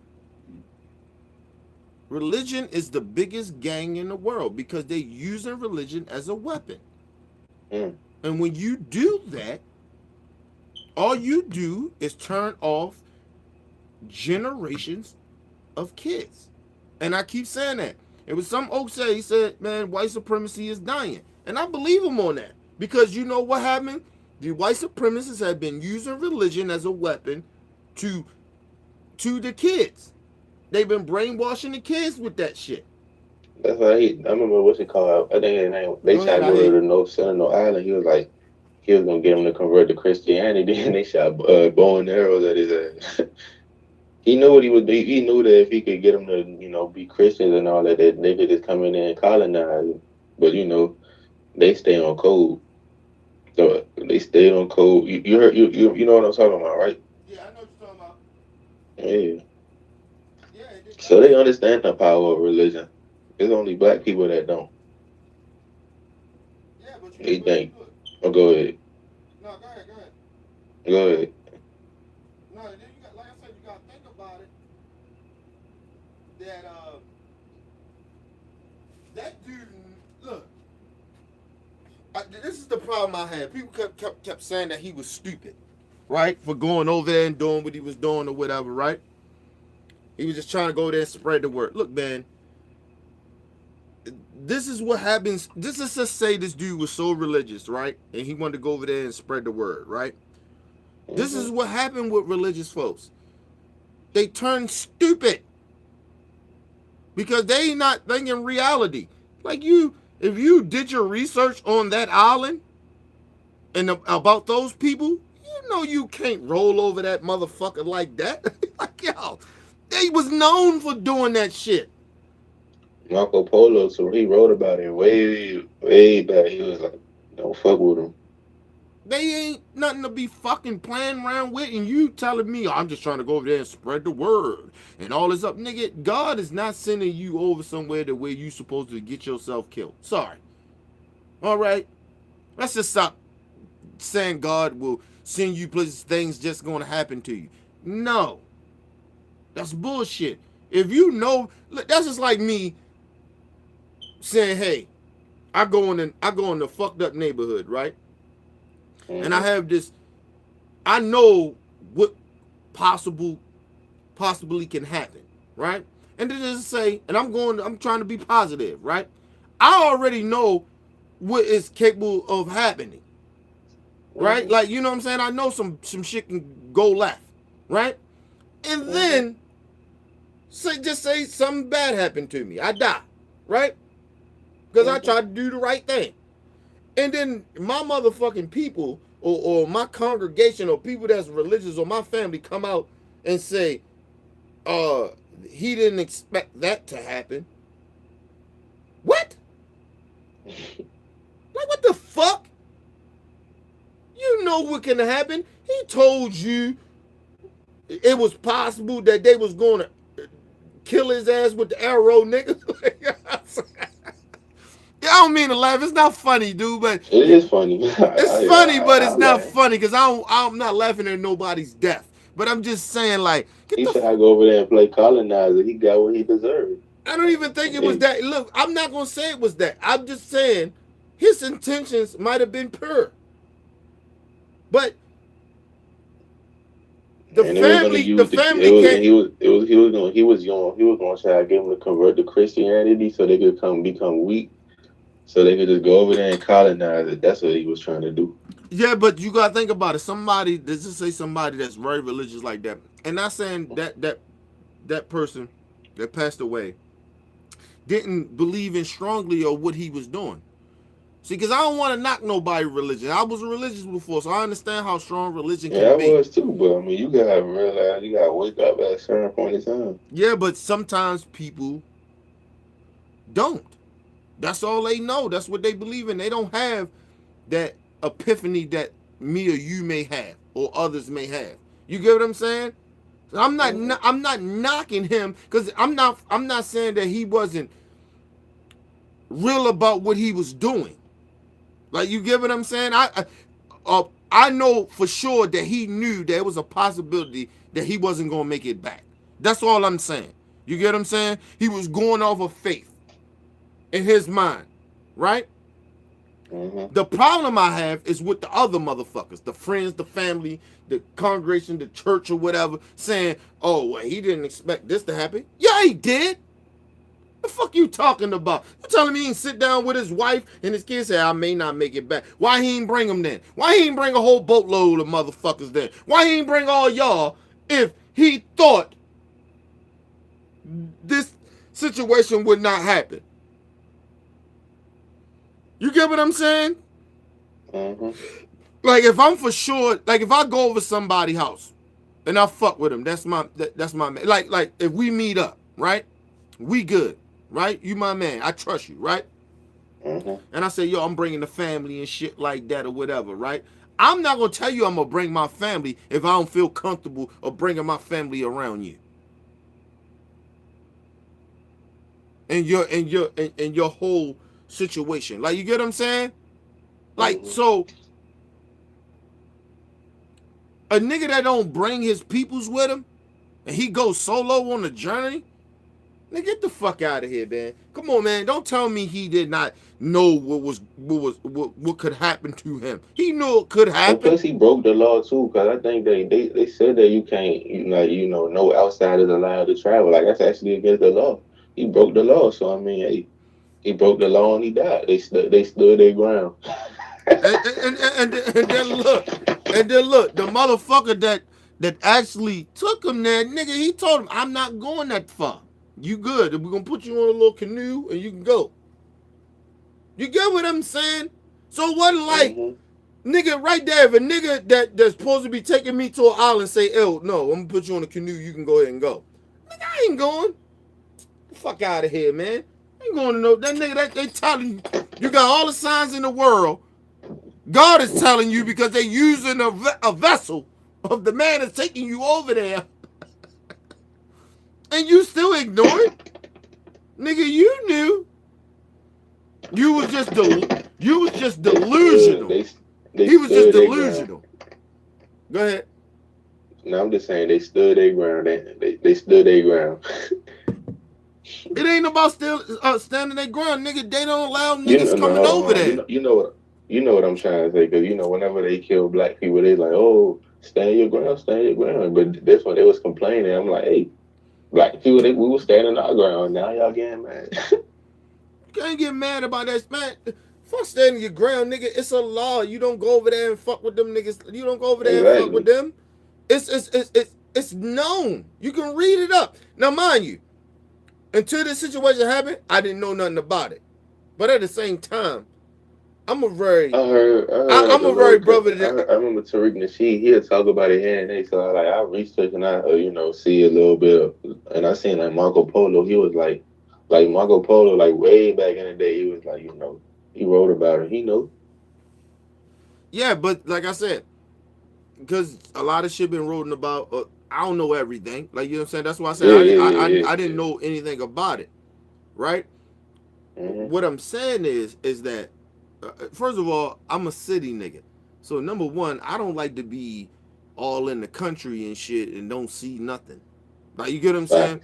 So, I'm already a little, like, and I'm a little paranoid. So, I don't see a lot of fucking, like, yo, we riding for miles and miles and when I don't see no motherfucking humanity, nigga. Like, no humans, nigga. Like, you get what I'm saying? I'm already, my antennas going up. And so, but like I said, I'm not knocking the dude for what he tried to do, but I don't like that, what he attempted to try to do. I'm not knocking him for that. But he knew that it was a possibility that he wasn't going to make it back. Matter of fact, he didn't even make it to the land, nigga. You understand? They killed that nigga before he even got to the land. Then they got that nigga and pushed his ass back out. Yo, come on, man. Get the fuck out of here. You know something ain't right, man. Come on, man. But see, but look, what's this dude? What he was, Filipino or something? Chinese? I don't know. I forgot. He could have been Mexican. He could have been something. He looked. I think he was Asian. They say he was Asian. Okay, he looked Asian or something. Yeah, that's what I say. He looked Chinese or Asian or something. Yeah. Hey, man, that's white people shit. That ain't black people shit. There ain't nobody. You ain't gonna catch no black niggas trying to go over Look, and we might have a better chance of making it over there than somebody that don't have that color skin. Nigga, I put it like this. I don't know. I'm They don't like outsiders coming over there. I know that, but I'm just throwing it out here. I'm assuming a little bit, right? I don't think I would make it. I think they would chop my ass down because I'm brown skinned. You get what I'm saying? Mm-hmm. They probably now if a nigga was real dark skinned, he might have a better chance than I would. You get what I'm saying? Like a real dark brother. You get what I'm saying? He might have a better chance of making it to the land than I would. You know what I'm saying? So I don't know what the fuck. Like I said, it's funny, but it's not funny because I don't wish death on nobody. But if you die for something like that, you got to be like, dude, really? Come on, man. And I know he knew that it was possible that this could happen to him. So for the family, because I'm not mad at him. I'm mad at the family and shit. They come out and say, you know, the pastor and the priests and the friends and stuff, well, you know, he's just trying to come spread love. He didn't know this could happen. You a goddamn lie. All of y'all knew that this could possibly happen. Goddamn white supremacists always trying to sit there and act like you had no clue. Yeah, you did. You get what I'm saying? Just like they were talking about this whole thing with like Van Jones was doing. And it was talking about police reform and shit, about, you know, the epidemic of crack and shit. And motherfuckers was acting like, a lot of times what I hear motherfuckers be saying like, hey, you know, we didn't know it was this bad when it came to the black community. Now that it's happening to us, now we understand it. They knew it was bad. They just don't care. You knew it was bad. It wasn't affecting you. That's why. Exactly. Go ahead, man. Go ahead. I'm just saying, they knew it was bad. It's just that they ain't care and it wasn't affecting them. Mm-hmm. But what you think about Van Jones giving Kardashian them props, though, man? I ain't surprised. He one of them liberal coons, Democratic Democoons. I mean, he was buck dancing. He was sitting. Major. Go ahead. I'm just saying, major. Yeah, like he was sitting there giving her props. Yeah, you giving this white hoe, cause she a hoe. I don't give a fuck how she look at nigga. The motherfucker said, well, she got kids. Nigga, her kids gonna get older and can go back online and pop her shit up just like that. Probably gonna be actually easier for them to get the sex tape by then. You know what I'm saying? The full sex tape. Because they do little clips on the Pornhub and shit. You get what I'm saying? But fuck out of here, man. Look. He gave this whole props for you know, I would say fuck a white issue, because I don't think this is a white people issue. This is a black people issue. It's not. Because believe it or not, and I'm gonna be look, and it's just my opinion. People can get mad at me all they want. A lot of white people that are locked up deserve to be there. A lot of them. I'm not saying all of them. I said a lot of them. Because some of them are probably locked up for a crime they didn't commit and shit like that. You get what I'm saying? Or maybe they did have, you know, got locked up for some drugs and they didn't have a violent background. You get what I'm saying? And they just, you know, got caught up. You get what I'm saying? But usually a lot of these white people had violent episodes with cops and shit like that. You get what I'm saying? So this bill wasn't for white folks.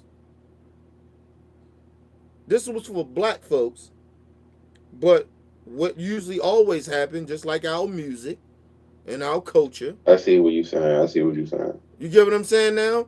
They're going to use it for them. You get what I'm saying now? They put black people in the front of it to make it seem like, oh, look, black people, we doing this for you. Hey, you know. But it's really wasn't. I mean, it's for us, but it really ain't for us. They're gonna benefit off of it more than we will. Cause I believe they still gonna lock out people up off of this, even though we Of got this course. dumbass shit. They're gonna find a way to lock us up. Cause you know why? They're gonna It's say, oh well, still, they're gonna it's say, well, still that, gonna, that, well, it's still that gonna kill us. right, they're gonna say that, well, that law is not in our state. That's a federal shit. You get what I mean? They'll find a way. You get what I mean?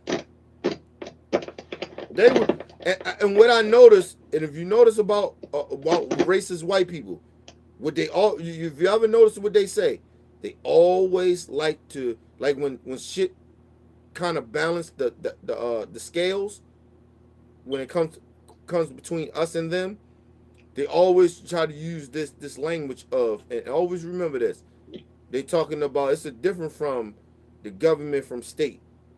We don't want government in our shit. But they okay with taking government shit when it benefits them. Facts.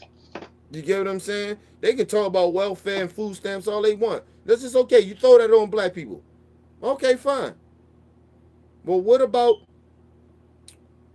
Well, the we ain't the government? one that's on food stamps and welfare the most, but go ahead. Right, but that's what I'm saying. I didn't even want to get in there. I'm just saying, just going by their notions, right? Because you know I always can debunk their bullshit, and you can as well. But, you know, what about when you motherfuckers are taking money from the vets? But did you say that you care about? You don't give them the money that you give them. You give it to the corporations that donate to them.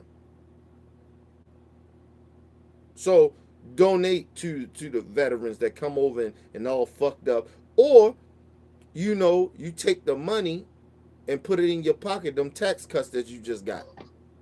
You just stole money from the American people. All our money. You want to take all our money to fatten your pockets. But you keep talking about the little people. Oh, well, you know what? It's going to trickle down. We know that don't work. It's history that shit don't work. That cutting y'all taxes and giving y'all tax cuts doesn't trickle down. But white Republican people, poor white Republican people, I don't think they even believe in it. They so racist and so much about their party or what they believe in as far as their ideology with the party, they would ignore the shit that I just said. You get what I mean? Mm-hmm. They know goddamn well that them tax cuts that wasn't going to do nothing for them. Come on now, man. They knew that Mexico wasn't going to pay for that wall. Come on now. We know better.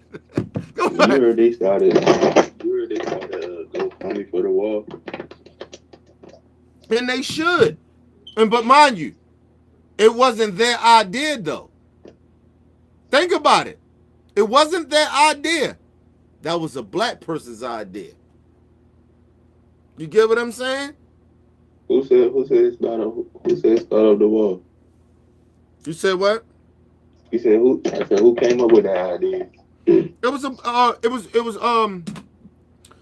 I heard this shit from a black YouTuber. Believe it or not, I can't remember who exactly it was. Never mind. You talking about coming up with the GoFundMe? Yeah, the GoFundMe shit. Yeah. Oh, and of course I said, and you know, of course I said it too. I said, well, y'all go ahead and pay extra taxes so y'all can get that wall. All Trump supporters and Republicans that want it. Even if Democrats wanted to do it, go ahead and do it. But the rest of us that don't want that wall, we shouldn't have to pay no extra tax. You shouldn't be using our taxpayers' money. You get what I'm saying? Mm-hmm. But this GoFundMe shit, I heard this from somebody, and then all of a sudden, this white dude started doing it. There was a black person that came up with that shit. Once again, they gotta steal their idea. They gotta steal our ideas. But the crazy thing about it, I'm okay with it. Because in fact, if y'all, let's see how many people want that wall. How many people want to donate? I could care less. Give me, put it like this. Give me $1 billion on that GoFundMe shit. And you know what? I'll go here and throw $1,000 to it. Because I guarantee you ain't going to get a motherfucking $1 billion of people putting money up to that shit. You get what I'm saying? Yeah, There's people that's out here that's multi-millionaires that ain't putting no money up to that dumbass shit. You get what I mean? like I said, I could care less about that war. That's between Hispanics and white supremacists. Black people stay the fuck out of their business. We got our own problem. That ain't our business. And I told Mexico people like this, look, ain't nobody disrespecting y'all. I'm part Dominican. I get it. But I'm black. I'm American first. I mean, I'm black American first. Excuse me. I'm black first. You know what I'm saying? And I care about my people in America first. You get what I'm saying? Before I give a fuck about anything outside of that. I'm sorry. I don't. Like, and I ain't heartless like that, but it seemed to me when I start seeing, I ain't saying all Latino people like that or all immigrants people or all different races of people cool. like that, Yeah, but look, I'm cool with some Hispanics. It's just right, that, yeah. you know, Nigga, I got Hispanic in my family. group. That's what I'm saying. I got Hispanic in my family. That's what I'm saying. It's not that I'm doing that, but nigga, I'm black first. Nigga, they don't look at me like I got some Hispanic or some Dominican or nothing in me. They don't look at none of that shit. They see a nigga and they hear me talk and they hear a nigga. They see a nigga. So hey, I gotta protect the niggas. You get what I'm saying? You know what I mean? So they can say what they want, but go ahead. What you saying? No, I'm just saying, I'm cool with some of them. Like, I ain't got no problem. Like, some of them, they cool, but they for their people, so I'm for my people. Right. It's like that. And you ever notice, because white people always say this, they say, when we say we about white people and we about our white people, it seems like it's a problem. Yeah, it's a problem, motherfucker. Y'all don't have the same history as everybody in this country. Like, I don't understand why they don't understand that. So for y'all be sitting out there talking about white power, nigga, that sounds like some y'all trying to come get us. Y'all understand? You get what I'm saying? Like, but let them scream white power so I can know who are white supremacists and who not. I don't like that. Oh, they gonna hide it. It should be nice. Nah, put it out there. Let me see who you is. But you gotta think about it too. It's two different things. When them motherfuckers start screaming out white power, just to say that they ain't racist, right? They're about just white people. They're about their white race, right? They about domination and but no, hold on. Let's just say what they saying is actually. I'm just going by what they saying, cause I like to go off of what they saying to debunk that bullshit, right?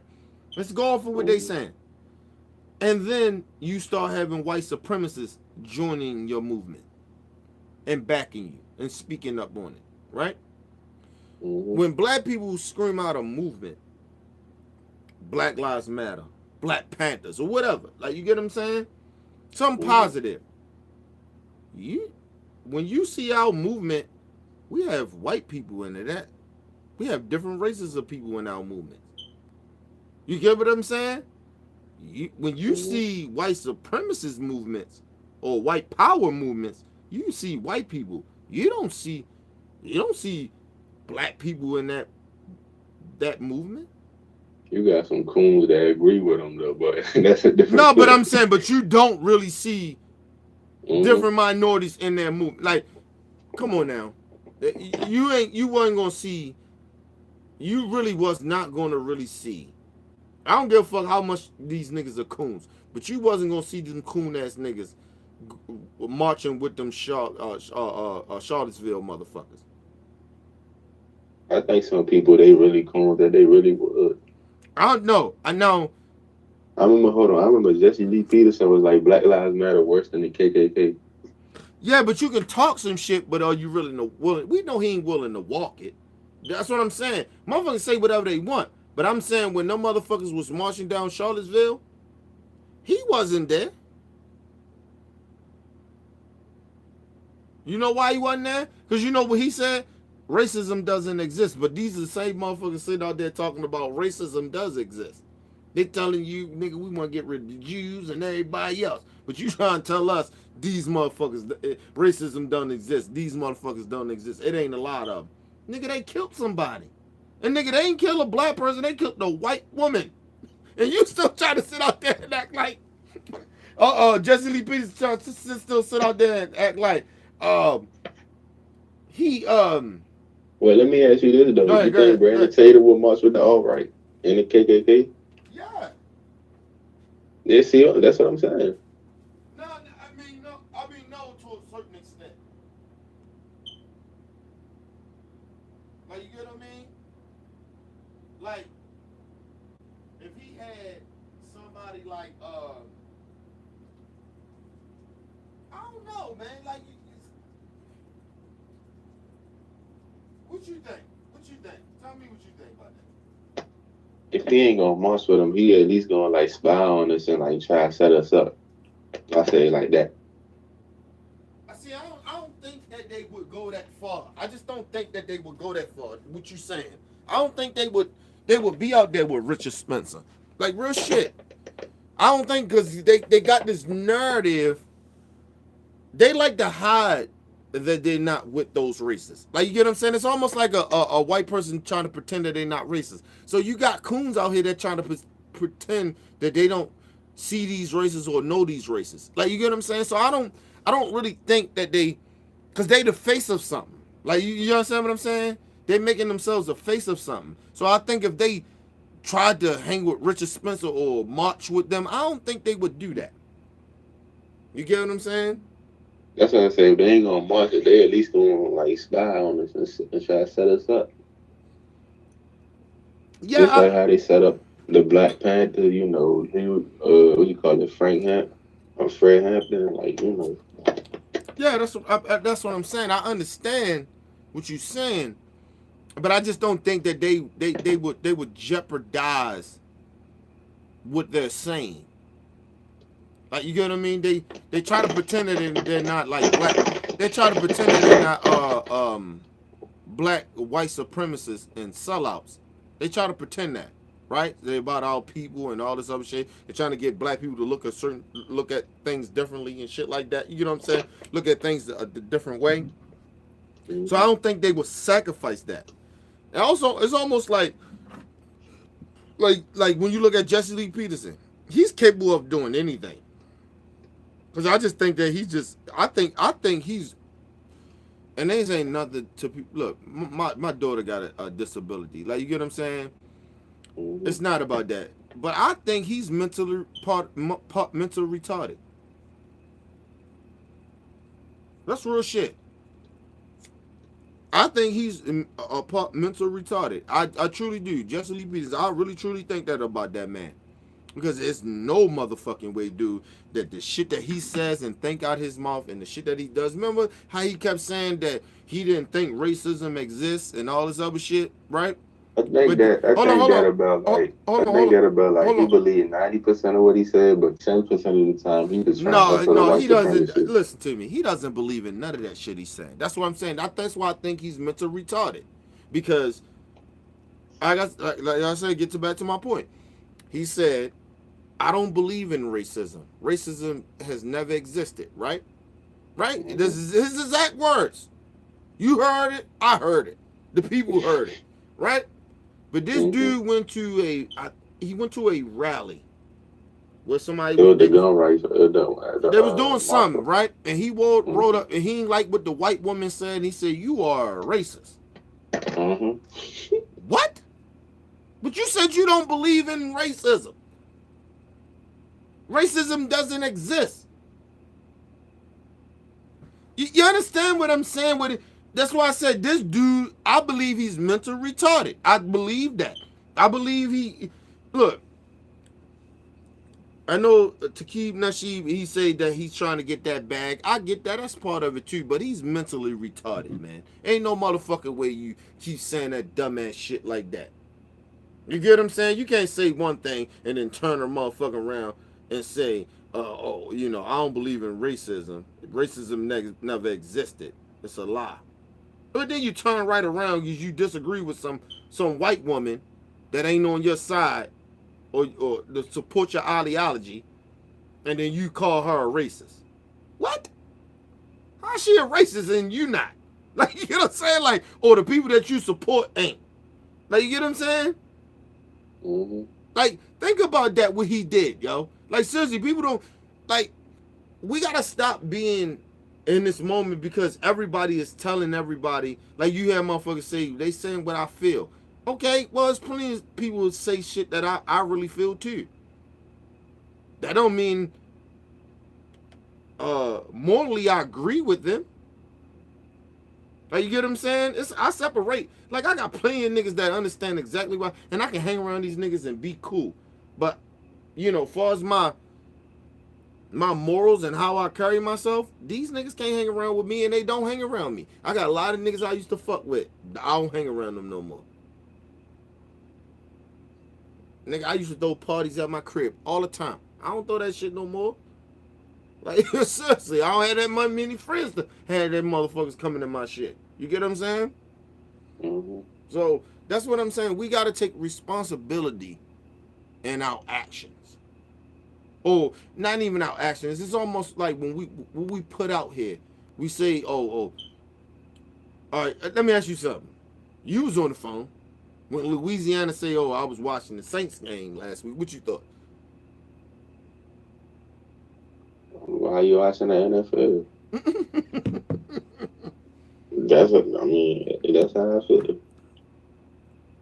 Yeah, but that shit made you like, how you can say you're about to struggle, but then nigga, you do the opposite of what this movement is about. Like, you get what I'm saying? Mm-hmm. Like, I understand you may pick some things up from me and disagree with me or some shit, but you know what my movement is about. You know what this show is about. You know how I move. You get what I'm saying?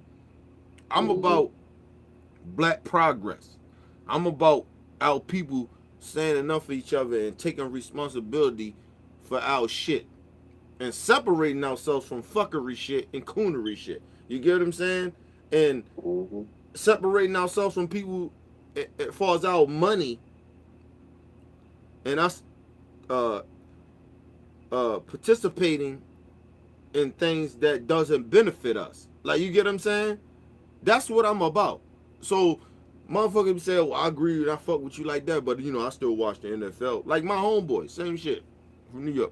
I tell the nigga all the time. I told him, and I was real 100 with him. I told him, like, yo, something happened to your kid, dude. Don't be sitting out here talking about injustice, my dude. You get what I'm saying?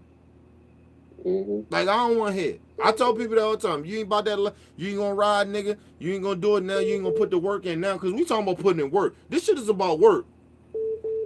Hold on, hold on. Yeah, we finna go. Yo. All right, I hope you didn't end the show because I'm going like this.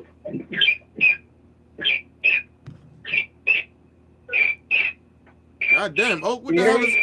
Yeah, what the hell is in the background, man? I'm in San Francisco. That's what's up. Hold on, let me turn the thing down. I need to say I'm in San Francisco. You know what, yo? This is a loud ass town. Okay. The one thing I was saying before basically I went back on shift is basically that we're settling. We're settling for too damn little. And that's one thing that we need to get out of our mindset. We don't need to settle for less. We don't need to settle at all. Yeah, you're right. I'm going like this. Think about it. We got statistics against us, like saying, 42% of black women is the only ones that are going to get married, while 72% of black women are single mothers.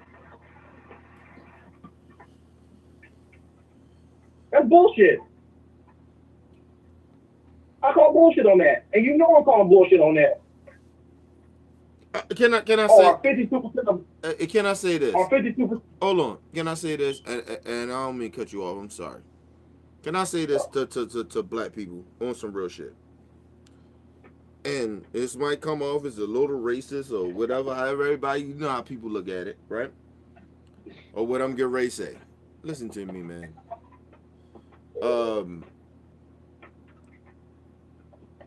When you think about having sex, pussy is pussy. That's how I look at that, right? Because I done fucked everything that walked. Different races. You ain't the only one. You get what I'm saying? So pussy is pussy to me. I mean, you got some good pussy and then you got some whack pussy. I mean, we know this. But anyway. But when you talking about settling down, you can't settle down with somebody outside of your race really like that. You get what I'm saying? Because let me tell you. No, hold on, time out. And I'm about to tell you why. And I'm talking about, I ain't talking about like different other minorities. I'm talking about white people. Right? I beg to differ. Look, you may have a little percentage of where black and white people can actually, do their thing, right? I'm talking about experiences from I'm a street nigga. You get what I'm saying? And nigga, I'm still got that street mentality at the age of 37 years old, and me and my wife been together 18 years, right? And I'm telling you, some shit that my motherfucking wife says to me, no white woman can ever say to me. Or any other race of any motherfucker can say that to me. No Spanish, Puerto Rican, I don't give a fuck what you are.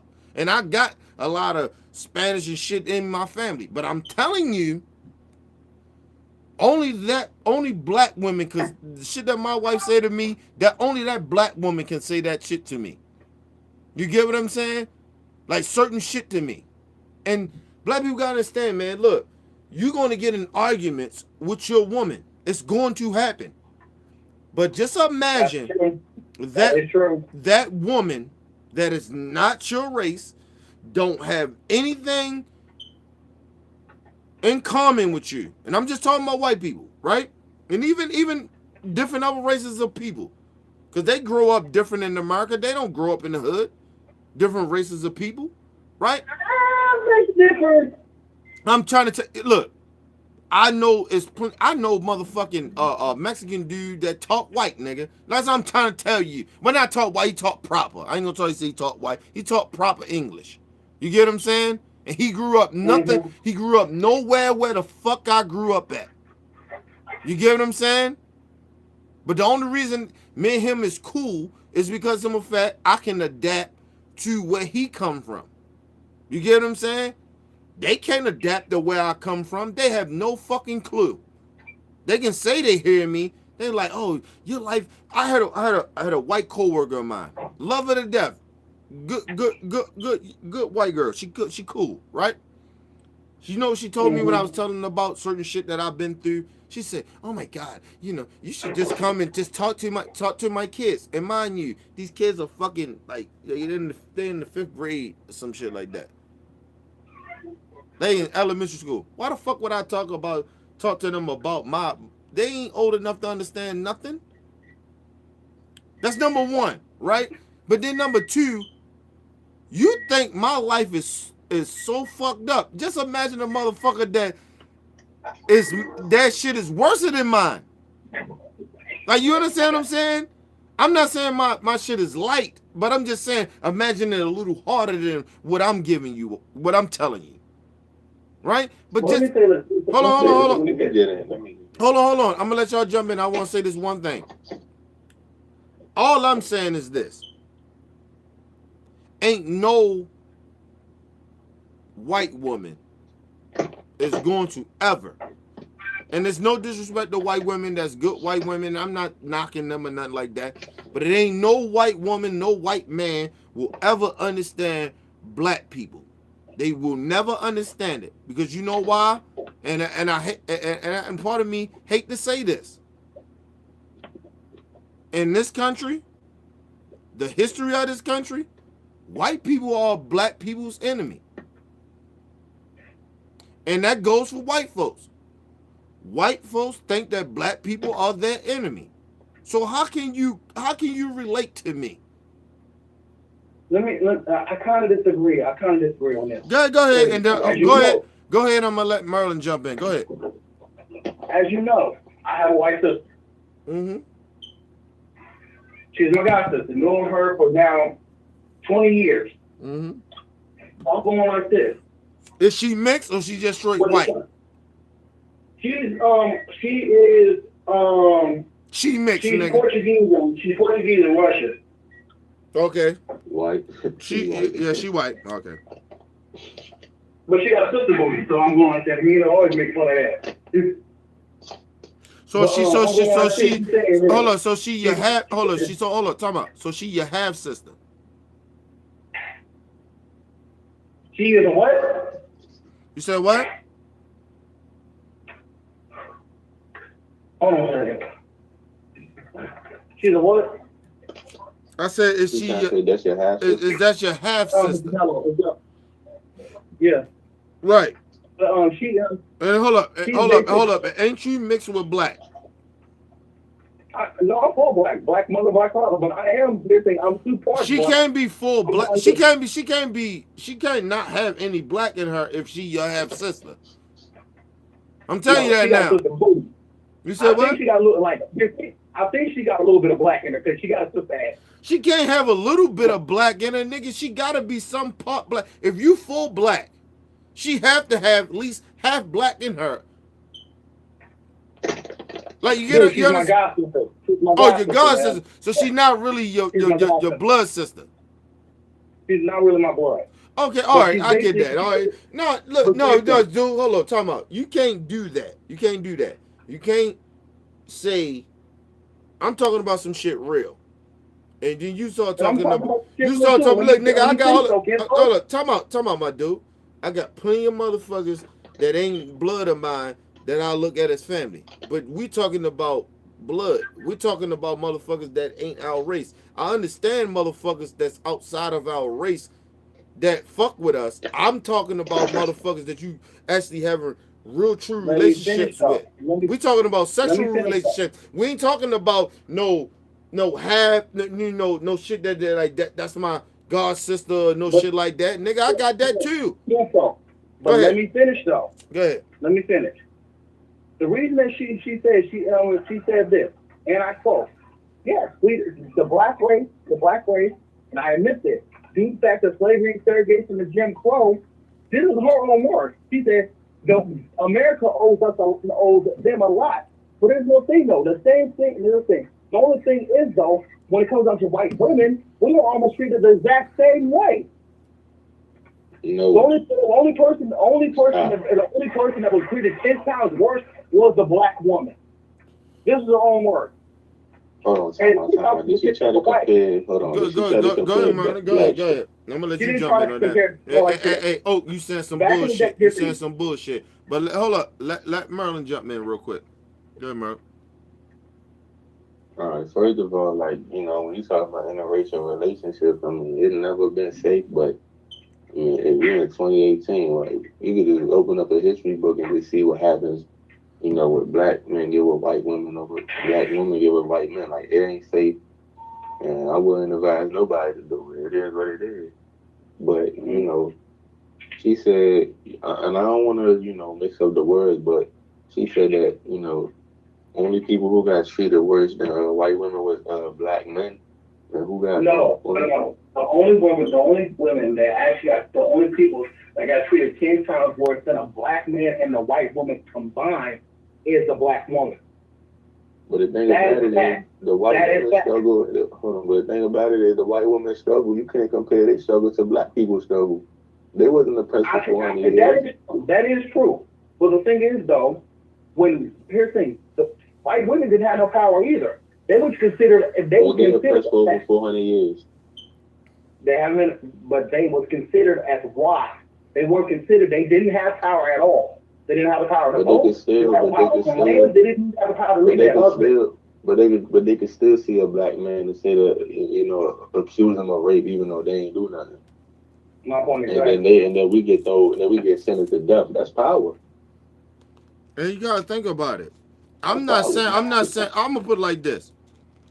When it comes to black men and black women, and you talking about the suffering of us, right?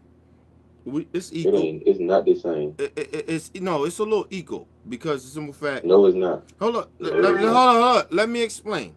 What I'm saying.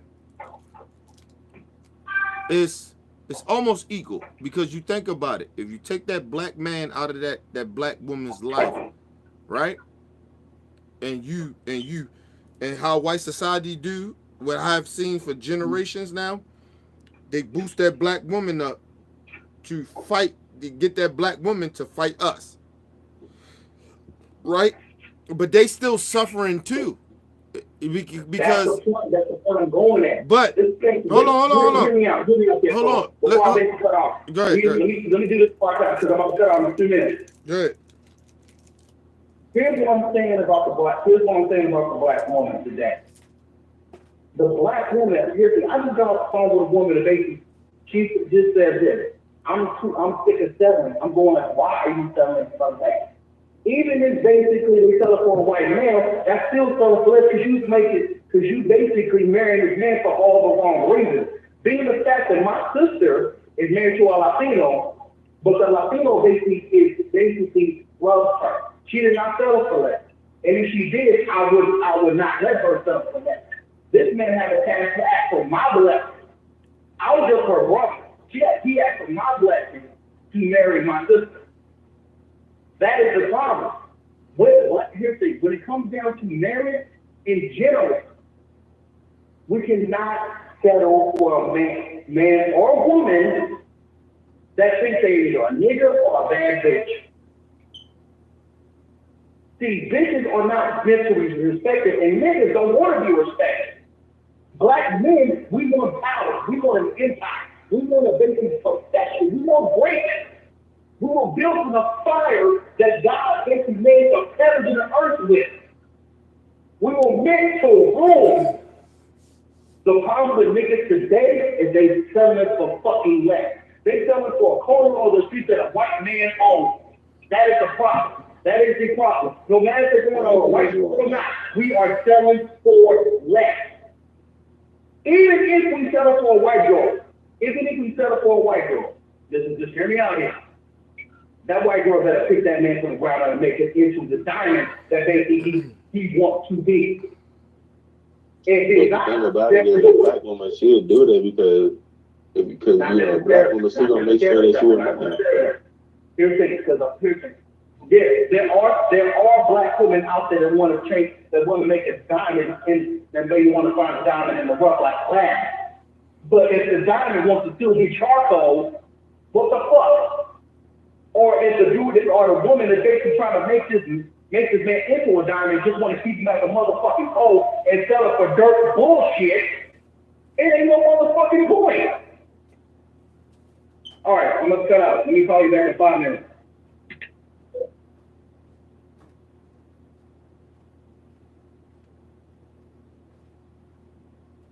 You did? Kenny, you did? Oh. Yeah, I don't agree. I mean, I see what he's trying to say, but the thing about it is that white women, they weren't oppressed for over 400 years. Like, you know, you could say that they didn't have power, they couldn't do this, they couldn't do that. You could just be walking down the street. You ain't touch them, you don't look at them or nothing. They just say that you rape them, then they gonna agree, they gonna go with it. Then you getting sentenced to death. That's power right there. So, I mean, and I can go on and on, but hey.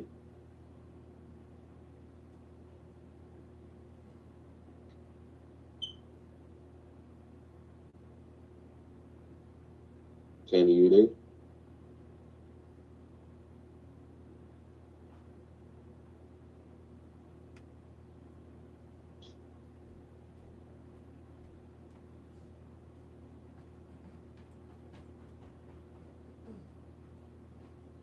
I'm here, Marlon. What you saying?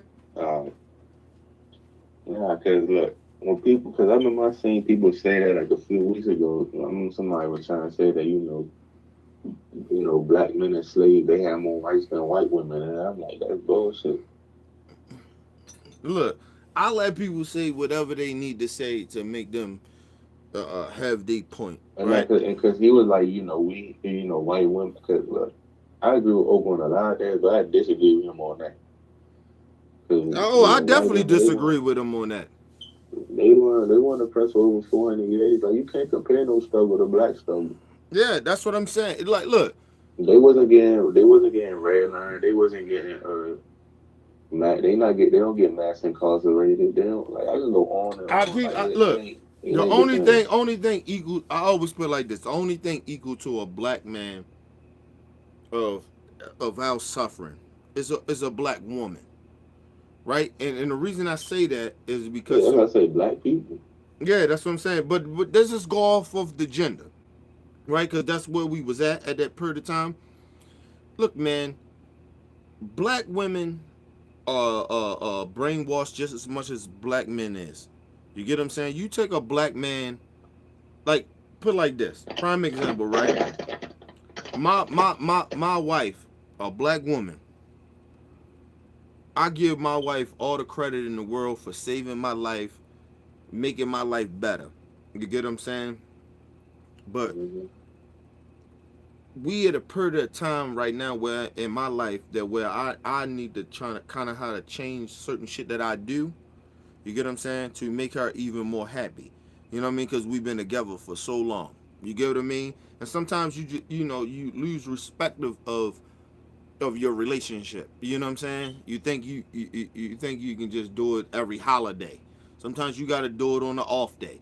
And I'm not a very emotional dude, so I kind of got to kind of not brainwash myself, but kind of like get myself to start thinking that I got to do stuff out of the ordinary, right? Now, let me tell you something, man. Like I said earlier, it's certain shit that my wife says to me, dude, no white woman can ever say to me. And I'm being real honest about that. I'll probably like, bitch, we done. You get what I'm saying? Like, I don't give a fuck we had a mixed kid or not. Like, you get what I'm saying? Bitch, we done. The shit that my wife said, man, man, I wish a white woman would say that to me. You get what I'm saying? And mind you, my wife don't call me a nigga. You get what I'm saying? It's not even her vocabulary. My wife, I always say this, my wife is very intelligent. My wife graduated from high school when she was 16 years old. You get what I'm saying? My wife is very intelligent. You know what I'm saying? But it's shit that I bring to the table that she don't have, and that's what makes us come together or whatever it is. But it's shit that my wife would say out her mouth. But that I'll be like, if a white woman said that to me, oh, bitch, I'm gone. I'm out. I'm out. You get what I'm saying? And I ain't gonna lie to you. That's why. Hold on. But that's where a little bit of maybe even my bias come through, or maybe my whatever it is that by my wife being black, she can not even give it. She have the right to say it, but I can accept that from a black woman. You get what I'm saying? If a white woman said some of the shit that my wife would say to me, hell no. I'd be out, nigga. Oh, you tell me that? Oh, I'm gone. I'm out. You get what I'm saying? Like, it's just certain shit that you, like, and I don't know why we as black people and even white people would sit around and act like this shit is not true. There's certain shit that black people can't say to white people. They get very offended. You call them a racist. Like, you know what I'm saying? Tell them, look, just some racist shit. Imagine you with, prime example, and I'm going to let you jump right in. Imagine you with you fucking with a white chick, right? And one of her friends say some shit that's very offensive, right? And you say that shit was racist, and she says to you, well, okay, it was a little offensive, but he didn't mean no harm. How would you take that? Who is you to tell me that? No, but that's what I'm saying. Like, you get what I mean? You know, that's your first reaction. How the fuck can you tell me that I'm black? Like, you know what I mean? But if I'm with my black wife and a friend of her say some fucked up shit, and I say, man, that shit sounded racist. You get what I'm saying? Or sounds sexist or whatever it is, right? My wife gonna be like, oh, baby, you don't really know him like that. You know what I'm saying? I say, well, that shit is offensive to me. She ain't gonna question you on your how you should be offended. Or how you should take that. You get what I mean? You understand what I'm saying now? You're black, woman or wife or whoever it is, your black spouse, is not going to question you on how offended you are on some racist shit. She not going to offend you. She not going to question you on some shit that was homophobic or whatever it is. She not going to really question you on that. She going to say, well, she going to question you, but you ain't going to feel like she's trying to kind of downplay what happened or saying that your feelings don't matter. You get what I'm saying? And so that's all I'm saying. That's all I'm saying. But go ahead. But I look at it like, I mean, a lot of black men, they even get with white girls in the first place because they don't got to be a man. They understand that a black girl, she gonna put that pressure on you. Like, she gonna, you know, yeah, like, she don't play. You gonna have to stand up. You gonna have to be a man. Whereas you get a white girl, you ain't got to be a man. You can just go along and get along. Yeah, and you got to think about it. That black woman. That's why I love black women. And I'm gonna tell all black women. That's why I love a lot of our black women. They put pressure on us. They make us almost kind of like, you better step up and be something. Like, you get what I'm saying? I love that from black women. I love in my wife that push me, because it was a part of my life, nigga. I was a procrastinator. You get what I'm saying? And she pushed me. Like, you need that. You get what I'm saying? A black woman knows a black man. And just like a black man knows a black woman. We know what each other need at the end of the day. But sometimes we may not be the right fit because of personality. You get what I'm saying? But that doesn't mean that we don't supposed to be with one another.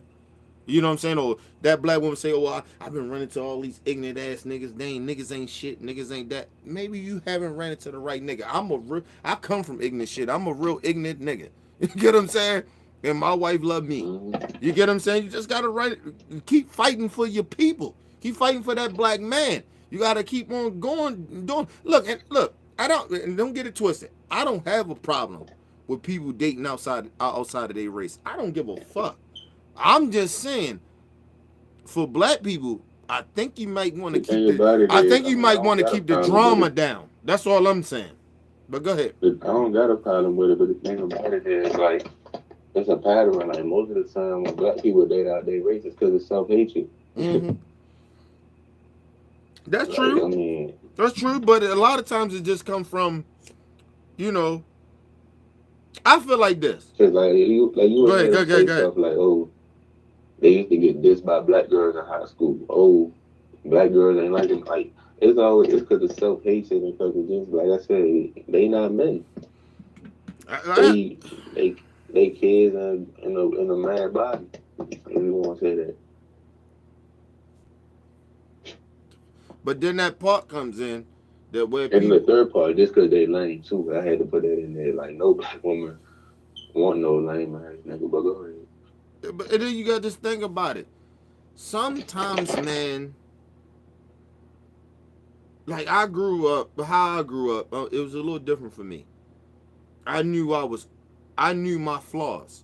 Like, you get what I'm saying, nigga? I was poor, and everybody in my community, you know what I'm saying, they was black. My mom's was on crack, nigga. I was on a little. I feel like when I look back at a lot of shit, I was on a lower totem pole. Even back then, I wasn't a nigga that you want to fuck with because I wasn't going to be able to get you nothing. The only thing I can give you is my time. You get what I'm saying? Come see you, give you a kiss and shit like that. You know what I'm saying? It was different. Like, niggas wanted to know. I mean, a lot of chicks wanted to know what your status was. What can you bring to the table? Who your parents is. His parents, his mother a crackhead, his father ain't never been around. Like, you get what I'm saying? That was me. That was my parents. That's how motherfuckers looked at me in the hood. You get what I'm saying? So, like, I knew that. So, and the part of me had to accept that too. Because it wasn't like they was lying. Nigga, that was a fact. Like, you get what I'm saying? What I'm gonna bring to the table? I can't invite you to dinner. My lights is out. You get what I'm saying? Like, you get what I mean? Like, And so I dealt with reality at a young age. So I understood it. So, you know, so now like materialistic shit ain't like, if you don't know me, materialistic shit is not like a lot like a big thing for me. You get what I'm saying? Hold on, we got O calling back in. That's just, I guess he got another motherfucking break. Hold on.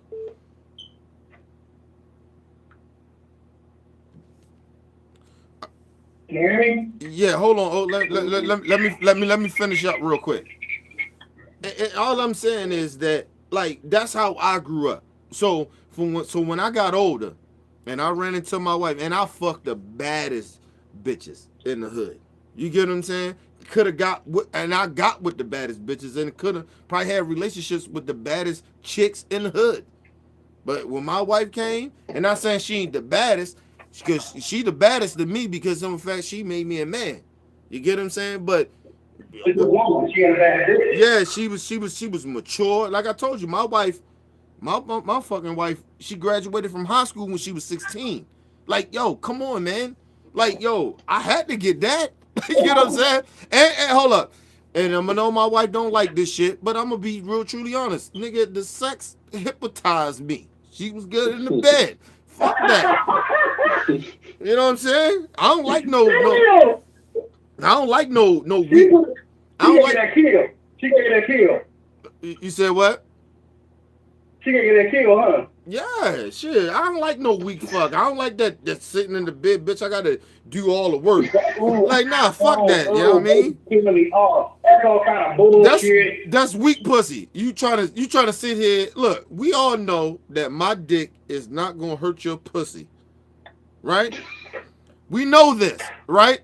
Until your pussy gets swollen, then you can say, oh my God. Or you might run into a mandingo nigga. But I ain't mandingo, bitch. Like, you know what I'm saying? Look, I am a average nigga. You get what I'm saying? So that whole shit that you waiting on the mandingo nigga, I don't know. Get the fuck out of here. Just enjoy this sex. Get your cum off and stop pretending that you know you waiting on this mandingo. If you waiting on the mandingo nigga, I'm the wrong nigga for you. The fuck out of here. I hate chicks like that. I hate chicks like that. Bitch, because your pussy stretched all out of shape. You want to get me to come there and do some shit that I ain't got nothing to do with. But go ahead. Let me ask you a question, Kimpo. You said you used to fuck the baddest bitches. Mm-hmm. Now, I got to ask you this. Mm-hmm. If you didn't marry your wife, right, can you marry any of these bad bitches that you fucked? No. Well, I'm not married, but still. No. I couldn't. Because guess why? The key word in that is bitch. No, it wasn't it. Like, I'm saying that now. No. I'm saying hold up, look, it's just my language and it's part of my vocabulary, but I'm not calling them bitches or nothing like that. It's nothing like that. Like, I apologize. I apologize to all. Hold on, time out. I apologize to all the women that I just said bitch to you. I don't mean it that way. It's just part of my vocabulary. I have to say the key folks. But even women know that watching the damn show. There are bitches out there. No, I know bitches, but a lot of I'm talking about. Hold on, time out. It was a lot. Yourself, there are bitches out there. I didn't say that. I said a lot of the women that I actually did fall in love with was bad. They was bad, but their personality just didn't match with mine, and we maybe wasn't in the right place, and I probably wasn't in the right place. I wasn't a good dude like that. You know what I'm saying? I was cheating on them. I was cheating on them just like I was thinking they might was cheating on me, and some of them was. Like, you get what I'm saying? So I don't want to make it seem like I'm calling them bitches. It's part of my vocabulary, and I apologize to all the women out there. I don't mean to call women bitches. I'm sorry. I know bitches when I see them. Like, that's all I'm saying. And the women that I fuck with that I had love for, and they know who they are, and one of them are all passed away. So God rest her soul. But you know, it is what it is, man. Go ahead. When a bitch, here's the thing. Let me put this in perspective.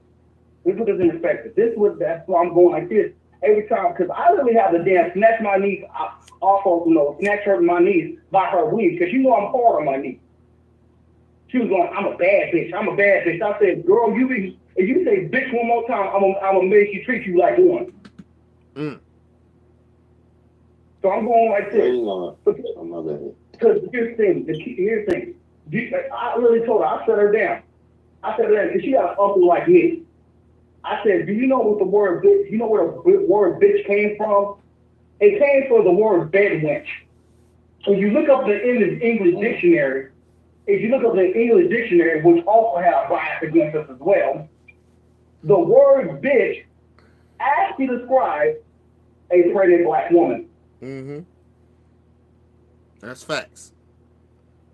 That is fact. Yeah, I gotta keep it around. Like, I be trying not to say the word, but it's just like it's in your vocabulary. Yeah, that's what I'm saying. That's what I was trying to explain. Yeah. Explain the I would say I didn't mean to call, you know, women that I actually I had love for, calling them bitches. It just was in my vocabulary, and that's why I said I had to apologize to them, because I didn't mean that. You know what I'm saying? Because like I said, one of the people that I maybe had said called a bitch or whatever, somebody looked at it and took it that way. Like, I was in love with her and she just passed away. Like, you get what I'm saying? She died of natural causes. Like, you get what I'm saying? So, like, you know, at a young age. So, and you know, and that shit happened to me like maybe about 2 or 3 years ago, and that shit just happened to me. And she was one of my loves. Like, you know what I'm saying? Like, look, I had plenty of loves in my life. All I'm saying is that when it comes to black women, that's all I know. And I have been around white women and different other types of races of women, had sex with them too. It's not the same to me. I just feel that way. That's just me. Everybody is different. And I tell everybody, you date whoever you want to date. You make them Barack Obamas, do whatever you want to do.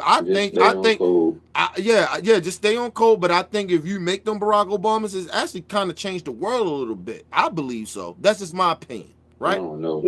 But hold on, let me finish. Has anybody ever? Good. Here's the thing, Marilyn. I know you're probably young to remember this, but have you ever watched the movie I'm Gonna Get You Sucker? You said what? I'm gonna get you what? I'm Gonna Get You Sucker. Have you ever seen the movie? It's a movie. It sounds familiar, but I don't know. It got have you ever seen hold on. Keenan Ivory Wayans, the Wayans brothers. You heard of them, right? Yeah. No, I'm talking about Merlin. Yeah, I probably like. No, I'm saying, have you heard of no? What I'm saying is, have you heard of the Wayans brothers? Oh yeah. Yeah. Keenan Ivory Wayans, that was his first movie that he ever made.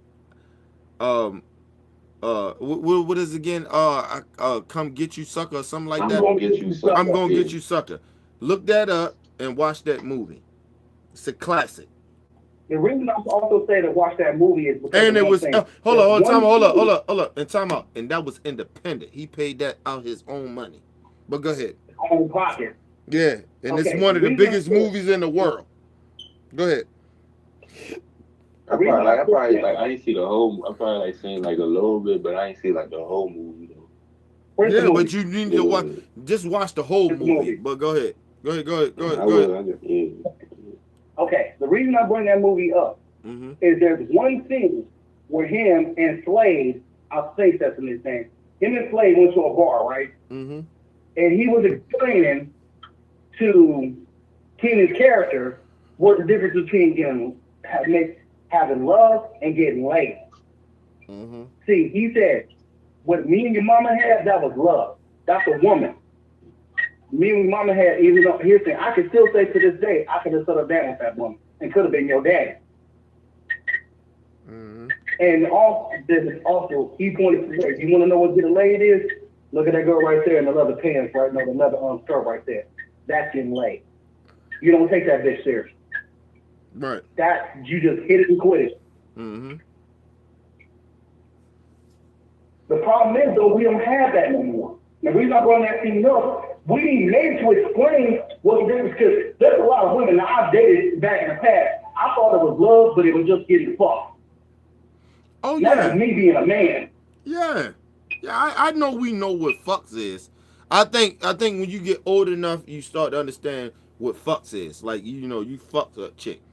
Like I feel like this. All the interracial relationships I had, they was just fucks.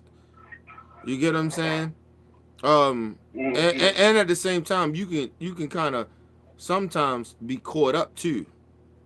Like you get what I'm saying though, like you getting some. Say you in a relationship, and then the person that you with, and you going through something with them, and then that other person that's not that race doing something for you that other person don't do for you. You can get caught up in that type of ideology. Like you get what I'm saying? So hold on.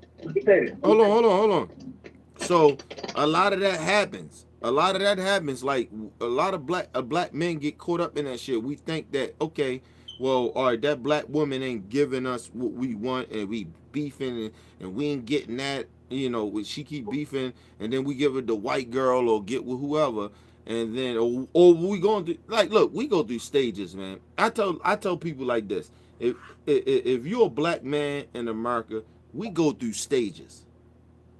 We go through stages. That is true. We go through stages. We go through stages like nobody else. And I'm talking about black women, white men, like any race of people. We go through stages because I'm gonna tell you why we go through stages, because a part of us, we don't understand what's real a lot of the times. You get what I'm saying? So when we dealing with, we try to cope what's real, what's fake into real. Right. So we trying to figure out what's real and what's not. And so when you don't understand what's real and what's not, you almost get confused. And so we get confused. We think that, because the white girl maybe treating us better than the black girl because, all the shit, I ain't got to deal with that drama. Man, fuck that. Sometimes you got to deal with that drama. I love... Now, hold up, time out. Hold up, time out. Drama pass. Hold up, time out. Drama pass what? Unless you with one of these hood rats that make you want to get you killed or something like that, and thinking that shit's love, like she get basically get her baby daddies, her damn brothers, or something like that, shit just to beat your ass just for fun. That ain't love. That is basically a crazy bitch. Right, but I'm talking about just drama of like. Hold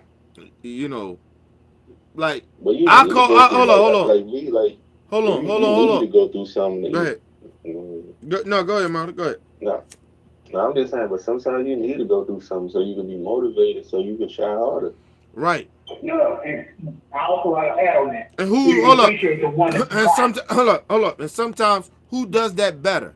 A black woman does that. She motivates you in a way that you don't think that she's motivating you. My wife motivates me in certain type of ways that where I think that she fucking nuts. You get what I'm saying? But then when the shit happens or whatever, and I start seeing things differently. I be like, damn, baby, you was motivating me to do this shit, wasn't you? It's like, baby, I care about you, I love you.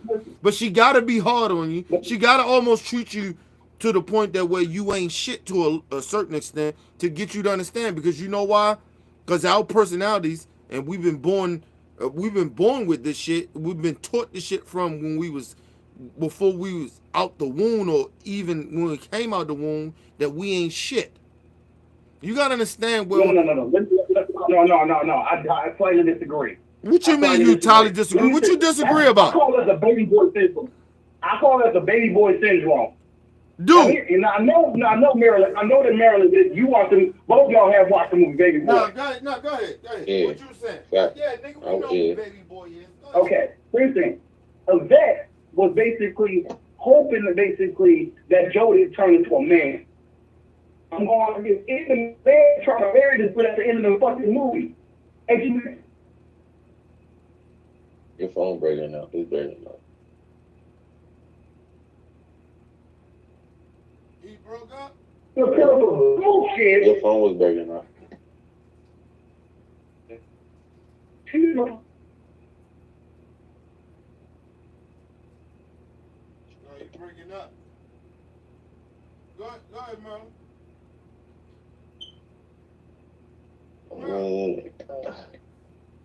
Like I said, ain't no female that's gonna motivate you like a black female does. And it's like a lot of niggas, they run away from that because they don't want to stand up and be a man. They just want to go along to get along.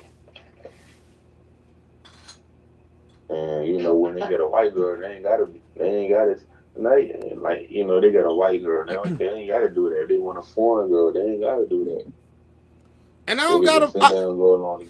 look, and I don't got a problem with white girls. I don't got a problem with people who date now their race. Look, man, I'm just saying that, look, man, date whatever you want to date. Look, it ain't all black people don't grow up in black neighborhoods that me and you grew up in.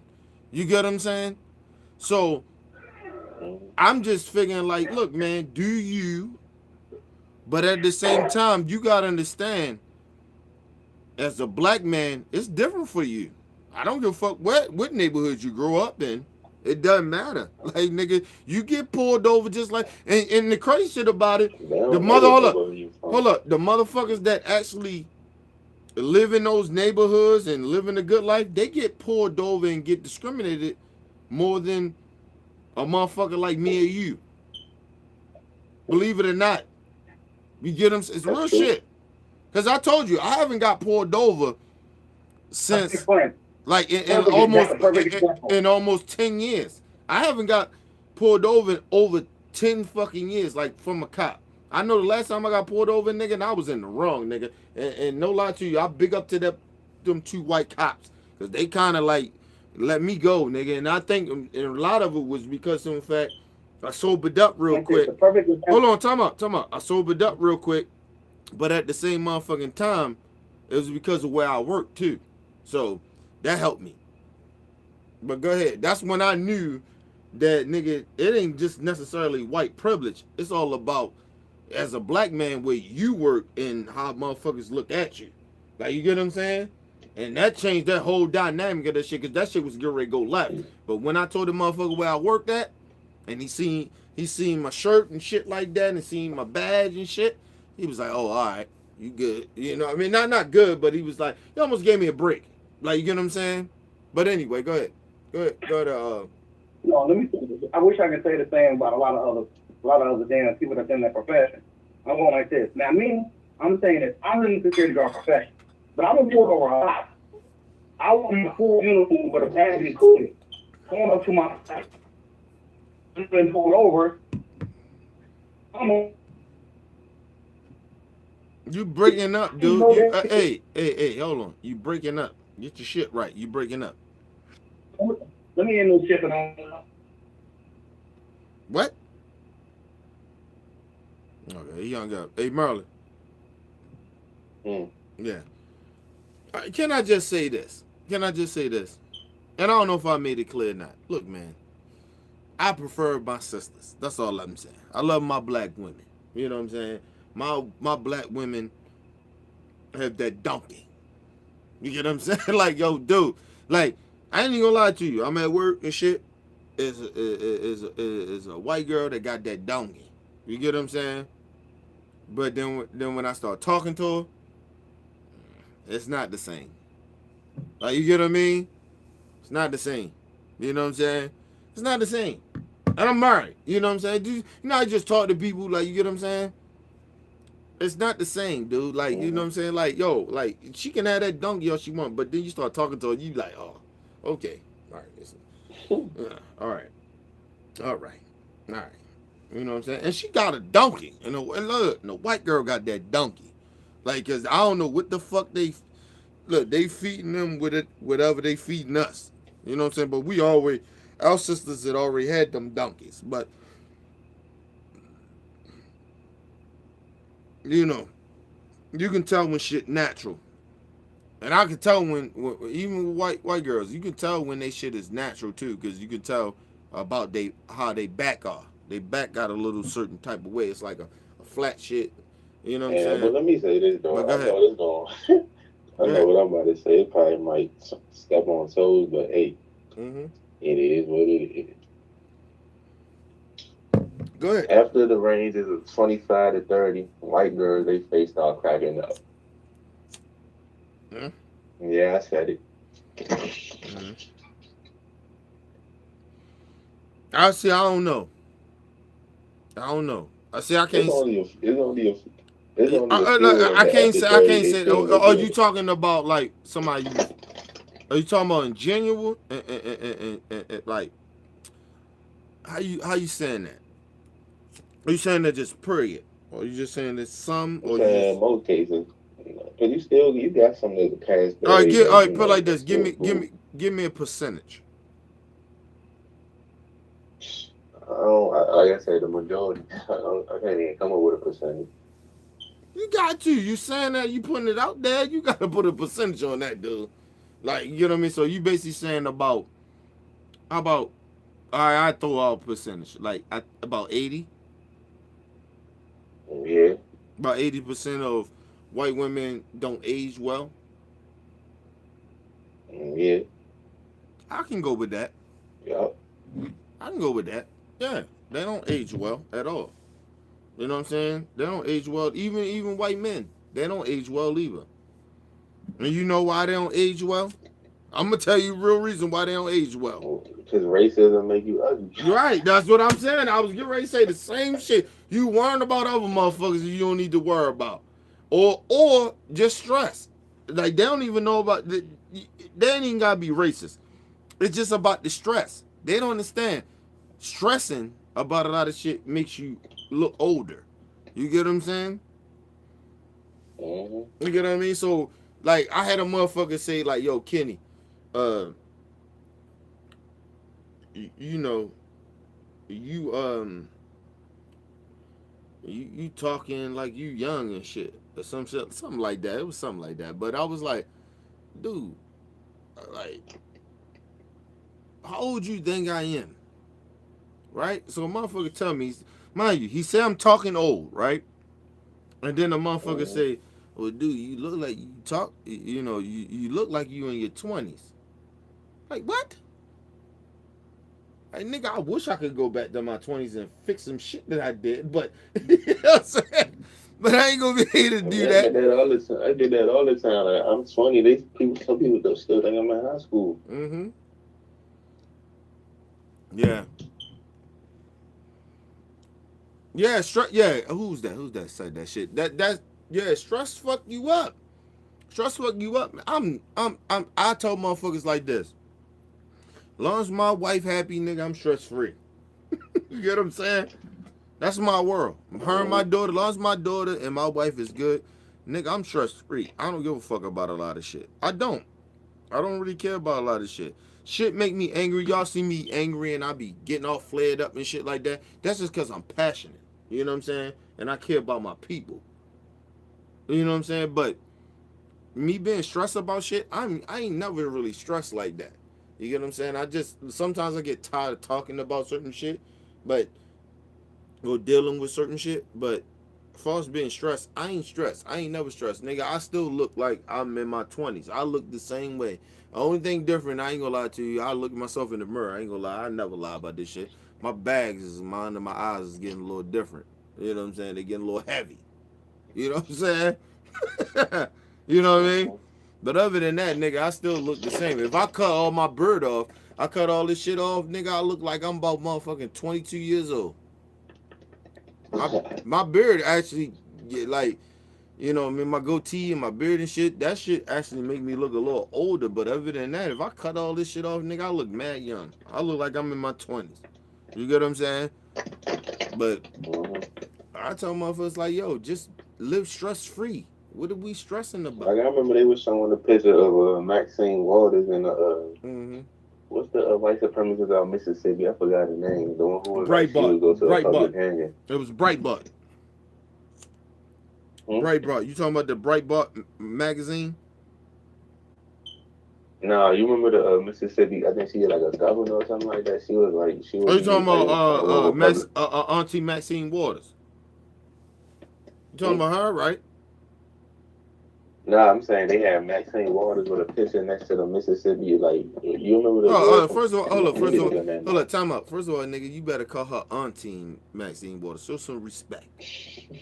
Auntie Maxine Waters, nigga. That's Auntie, nigga. You know what I'm saying? But go ahead. Hold on, let me see. What's the girl name? Her name is Sydney Hyde Smith. So they had a picture of both of them up together, right? Auntie Maxine Waters, she 80. Yeah. And the white supremacist, she 59, but she look like she on her deathbed. You gotta think about it. And mind you, nigga, she 80-something years old. And you just got And just then I get off on Ann Coulter. Ann Coulter look like a train. that bitch she all stressed out and fucked up. I seen that bitch, I say, God damn, every time I see you she look older. Like, God damn. The fuck going on with her? I would think she's if I saw her in person, I think that's a man. Like, I don't give a fuck she a man or woman. I don't really care either way, but you look old, what I'm bitch. trying to say, like she ugly as fuck. She Mhm. look like a train. That bitch look like a white Skeletor, nigga. Like, seriously. Then you got Laura Ingram too. Oh, Lord Ingham is Don't ugly let as me get fuck. started on you. And I'm be very honest, like seriously, like Lord Ingham is ugly, like, and I mean ugly, and I ain't talking about like, cause her personality and what she believe in. Lord Ingham is ugly, like she's very ugly. Like, bitch, you look like a dude, like I'm saying, like you look like a I dude, think Ann bitch. Coulter look worse. No, I think they looked about this. Well, yeah, you're right. Ann Coulter look a little worse though, cause Ann Coulter looked like with all that stress that she going through or trying to hate. Think about all that energy that they put out there of hating people. And You get what I'm saying? but listen though. Ann Coulter, she's 57. Mm-hmm. Laura Ingram, she's She 57. 55. She 57. Hold on, time out. Motherfucking what's her name? Ann Coulter. Ann Coulter. You said she 57. Yeah. That She bitch. just turned That 57. bitch. That bitch. She look like she in her 60s. That's real shit. The only reason she seems like she a little younger than that because of her voice. But other than that, that bitch look like she about in her 60s. Are you kidding me? And how old is Laura Ingham? 55. Mm.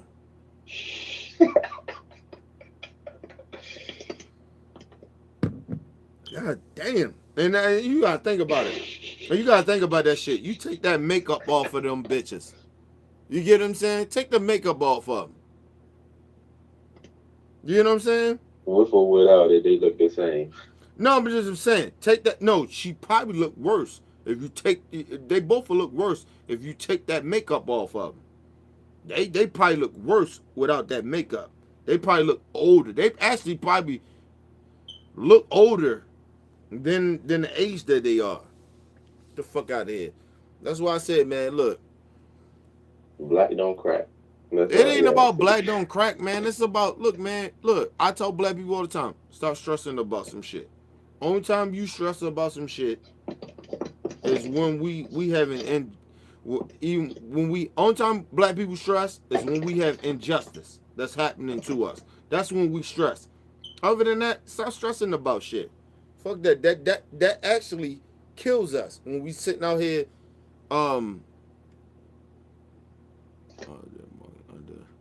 that makeup.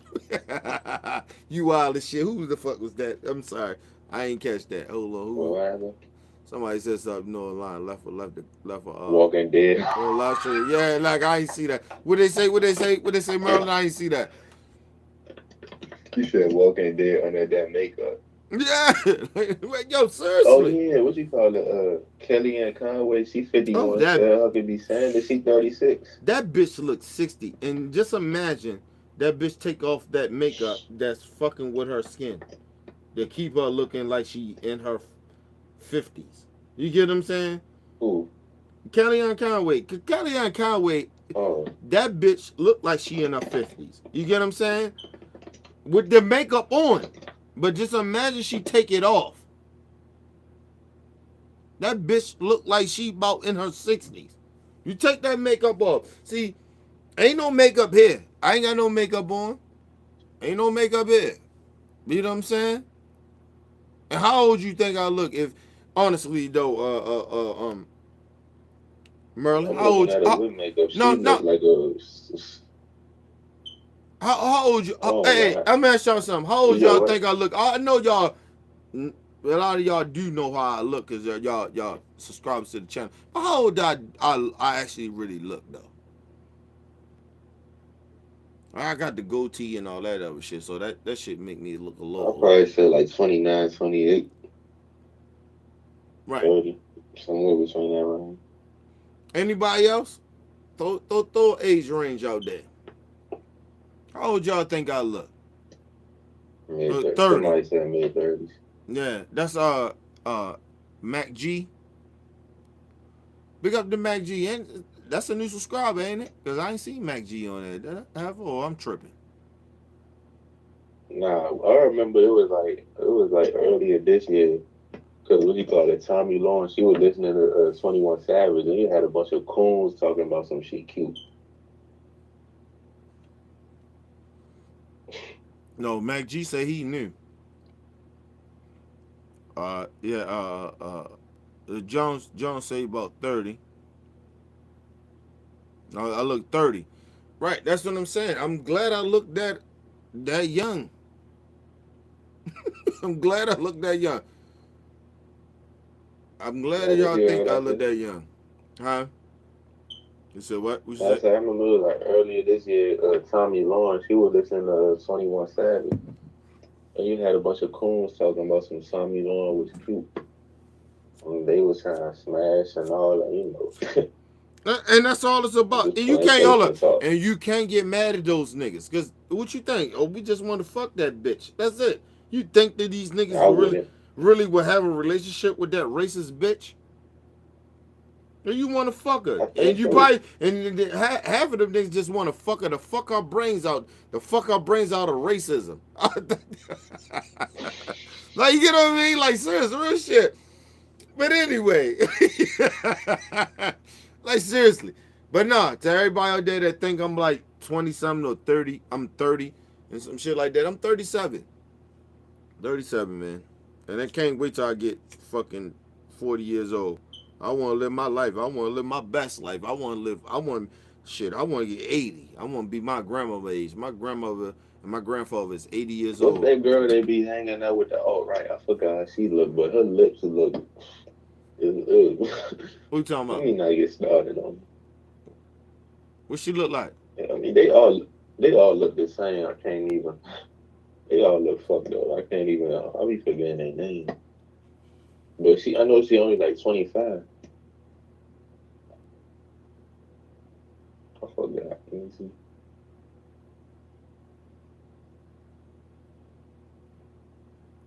What's his name? Wild as shit. Jones wild as shit. What do you say? Jones wild as shit. He said white supremacists and black dick or some shit like that. he said he got in white supremacy and one black dick or something like that. That shit moving so fast, yo. I can't see that shit. Hold on, let me go back. Let me see if I can catch it.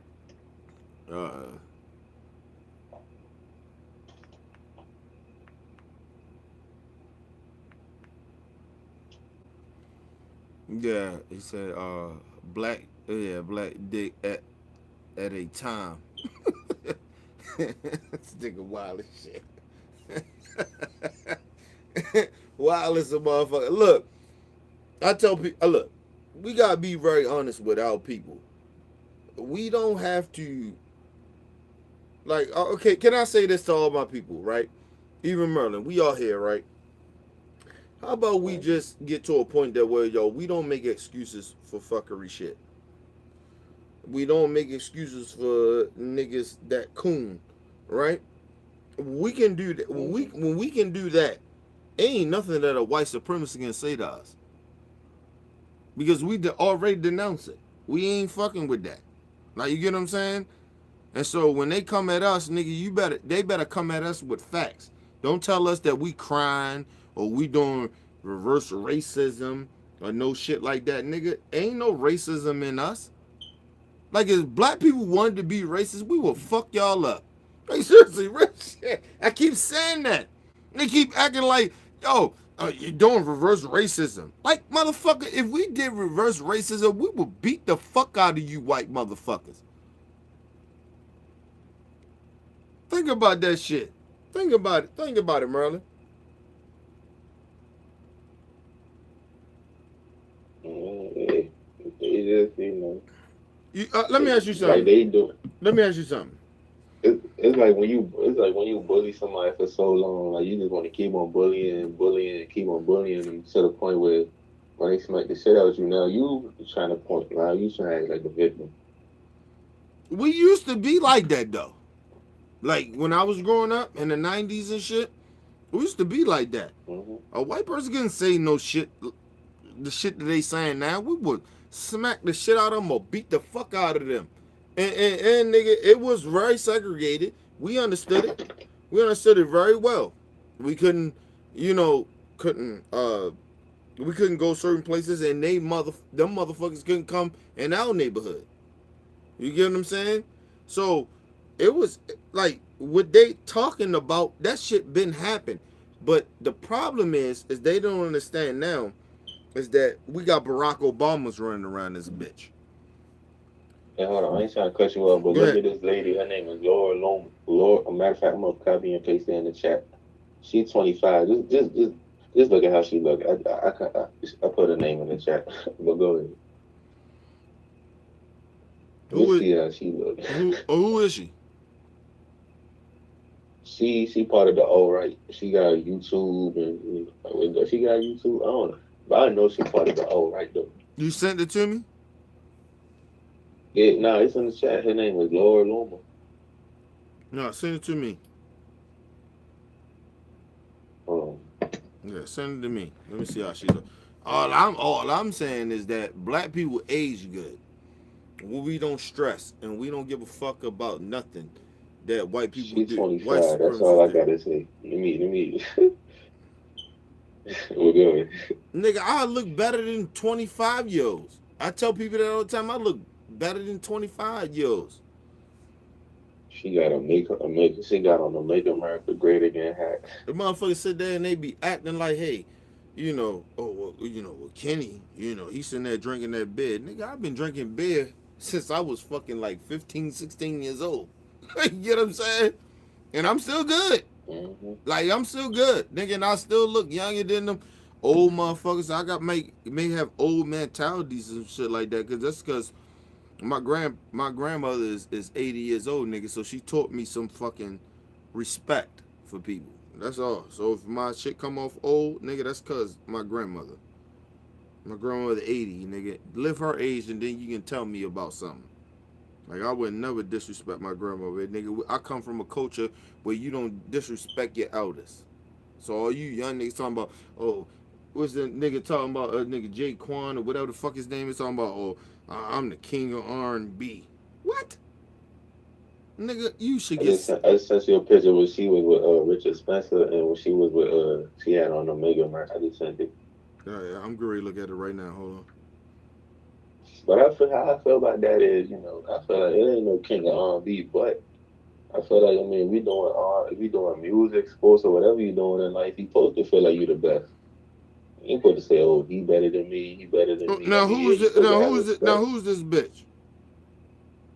Her name is Laura Loma. She part of the alt-right. Who's she married to, or who's she with? Like, you know what I mean?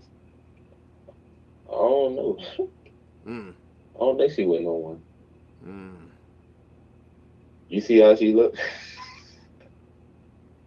That's Richard Spencer in that. All right, but like, all right, yeah, I know. I see Richard Spencer and shit. I'll fuck her.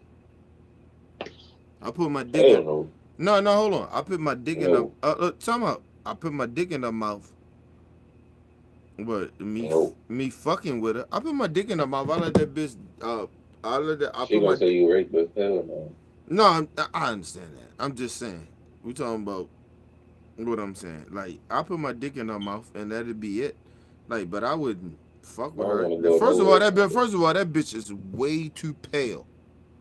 And then you notice in that one photo that that you taking the picture on, they look, don't they? Her and Richard Spencer look a little tan. She do. Richard Spencer, I don't know. No, he look a little tan too. He look a little tan. I seen him. He pale as shit. He look just like that bitch. Fuck out of here. He look just like that bitch, pale. They making America great. How you making America great with you racist cocksuckers? Like, get the fuck out of here. I swear to you, yo. Like, I'm gonna tell you something. If I ever ran into these type of people like that, I'm gonna tell you some real serious shit. If I ran into some people like that, man, I don't know what I would do. Like, I don't know if I would put the I remember somebody punched her. They stole Richard Spencer on camera. You said what? They punched Richard Spencer on camera. And that ain't come from a black person. That came from a white person. I remember that. I remember it. That's what I'm saying. But my thing is that white people get all upset at black folks. And that, like, we spark them, we start some shit. Look, man, your own white people don't even like y'all. Like, yo, you get what I'm saying? Like, you get what I mean? Uh-huh. And don't get me wrong, there's some black people out here that don't like us. You know what I'm saying? Like me and you. You get what I mean? But we know what they are. They ain't nothing but buck dancers, shucking and jiving, coon ass niggas. Saying, the fuck out of here. And nigga, and the crazy shit about that, the difference is, I swear to you, the difference is, and I always keep saying it to all them sellouts. They keep talking about they're about our people and all that shit. Let's go to the hood then. Me and you go to the hood. How about all that shit you talking? How about me and you go to the hood? Me and you. We ain't gotta let them know. How about keep that same energy? Yeah, keep that same energy. We ain't gotta let nobody know that we coming to the hood. We just go to the hood. And then when we get to the hood, you talk that same nonsense that you talking, and then I talk what I'm talking, that real shit, and let's see who leave that bitch.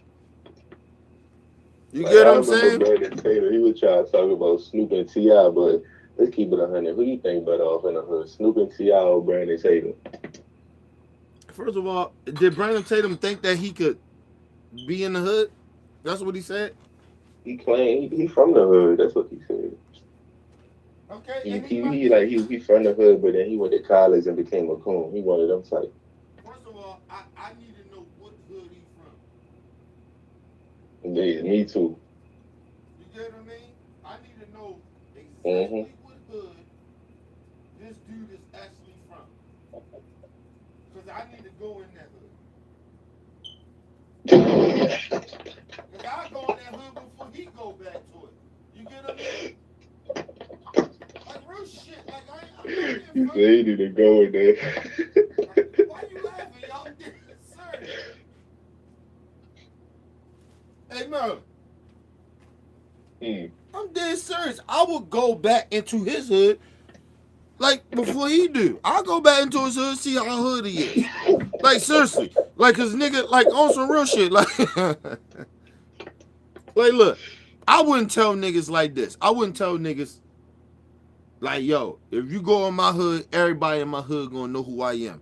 Because it's a lot of young niggas. Like, you get what I'm saying? But I guarantee you, if I pinpoint you to niggas in my hood or where I'm from, you know what I'm saying? And real street shit, my grandmother still lived where I sold drugs and did all the fuckery shit that I did. My grandmother still lived there in that neighborhood, nigga. So all the niggas that's around there, they know me. You get what I'm saying? And I'm not bragging. Ain't nothing to brag about. You know what I'm saying? I ain't happy about that. I ain't, you know what I'm saying? It ain't shit that I'm happy about or I'm bragging about. But I'm just saying. And nigga, I can take you to my hood. I can tell you, niggas will tell you what I'm about and where I came from. You get what I'm saying? Niggas be like, yo, yeah, that nigga was that. Yeah, yes, he was that. Yeah. We see this nigga now, yeah, we shocked to see this nigga acting the way he's acting. Like, you get what I mean? They gonna give you the before and after. Like, you get what I'm saying? They gonna tell you like, yeah, We shocked that this nigga's acting the way he's acted, or he ain't the same like how he used to be. Yeah, he's different. We proud of that nigga too, though. Like, you get what I mean? Like, so, like, if Brandon Tatum can do that, then we good. You get what I'm saying? I'll respect him. We still not good. No, nigga. If I don't. he got a hood that says no, seriously. If he got a hood that says that what I just said can happen, nigga, we good. I'll fuck with him. I'll fuck with him. I'll be like, oh, yo, you a good dude. You get what I'm saying? But I guarantee you, ain't no hood saying they fuck with that pussy nigga like that. You get what I'm saying? And I'm still waiting on this nigga to challenge me on a debate. I'm still waiting on it. You get what I'm saying? I'm still waiting on it. Like, yo, what do you want to do? Let's do it. You challenged me in the beginning, and mind you, when he challenged me, my dude, I was coming up in the game. You get what I'm saying? I wasn't even at 2,000. You get what I'm saying? So I was coming up. So you wanted to challenge me then because I got in your ass?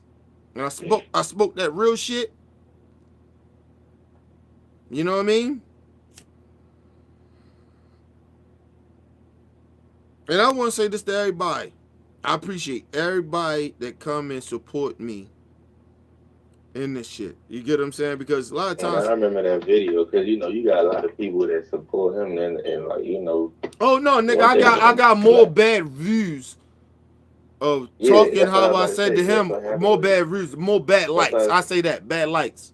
They didn't like it. They didn't like it. That's what I said.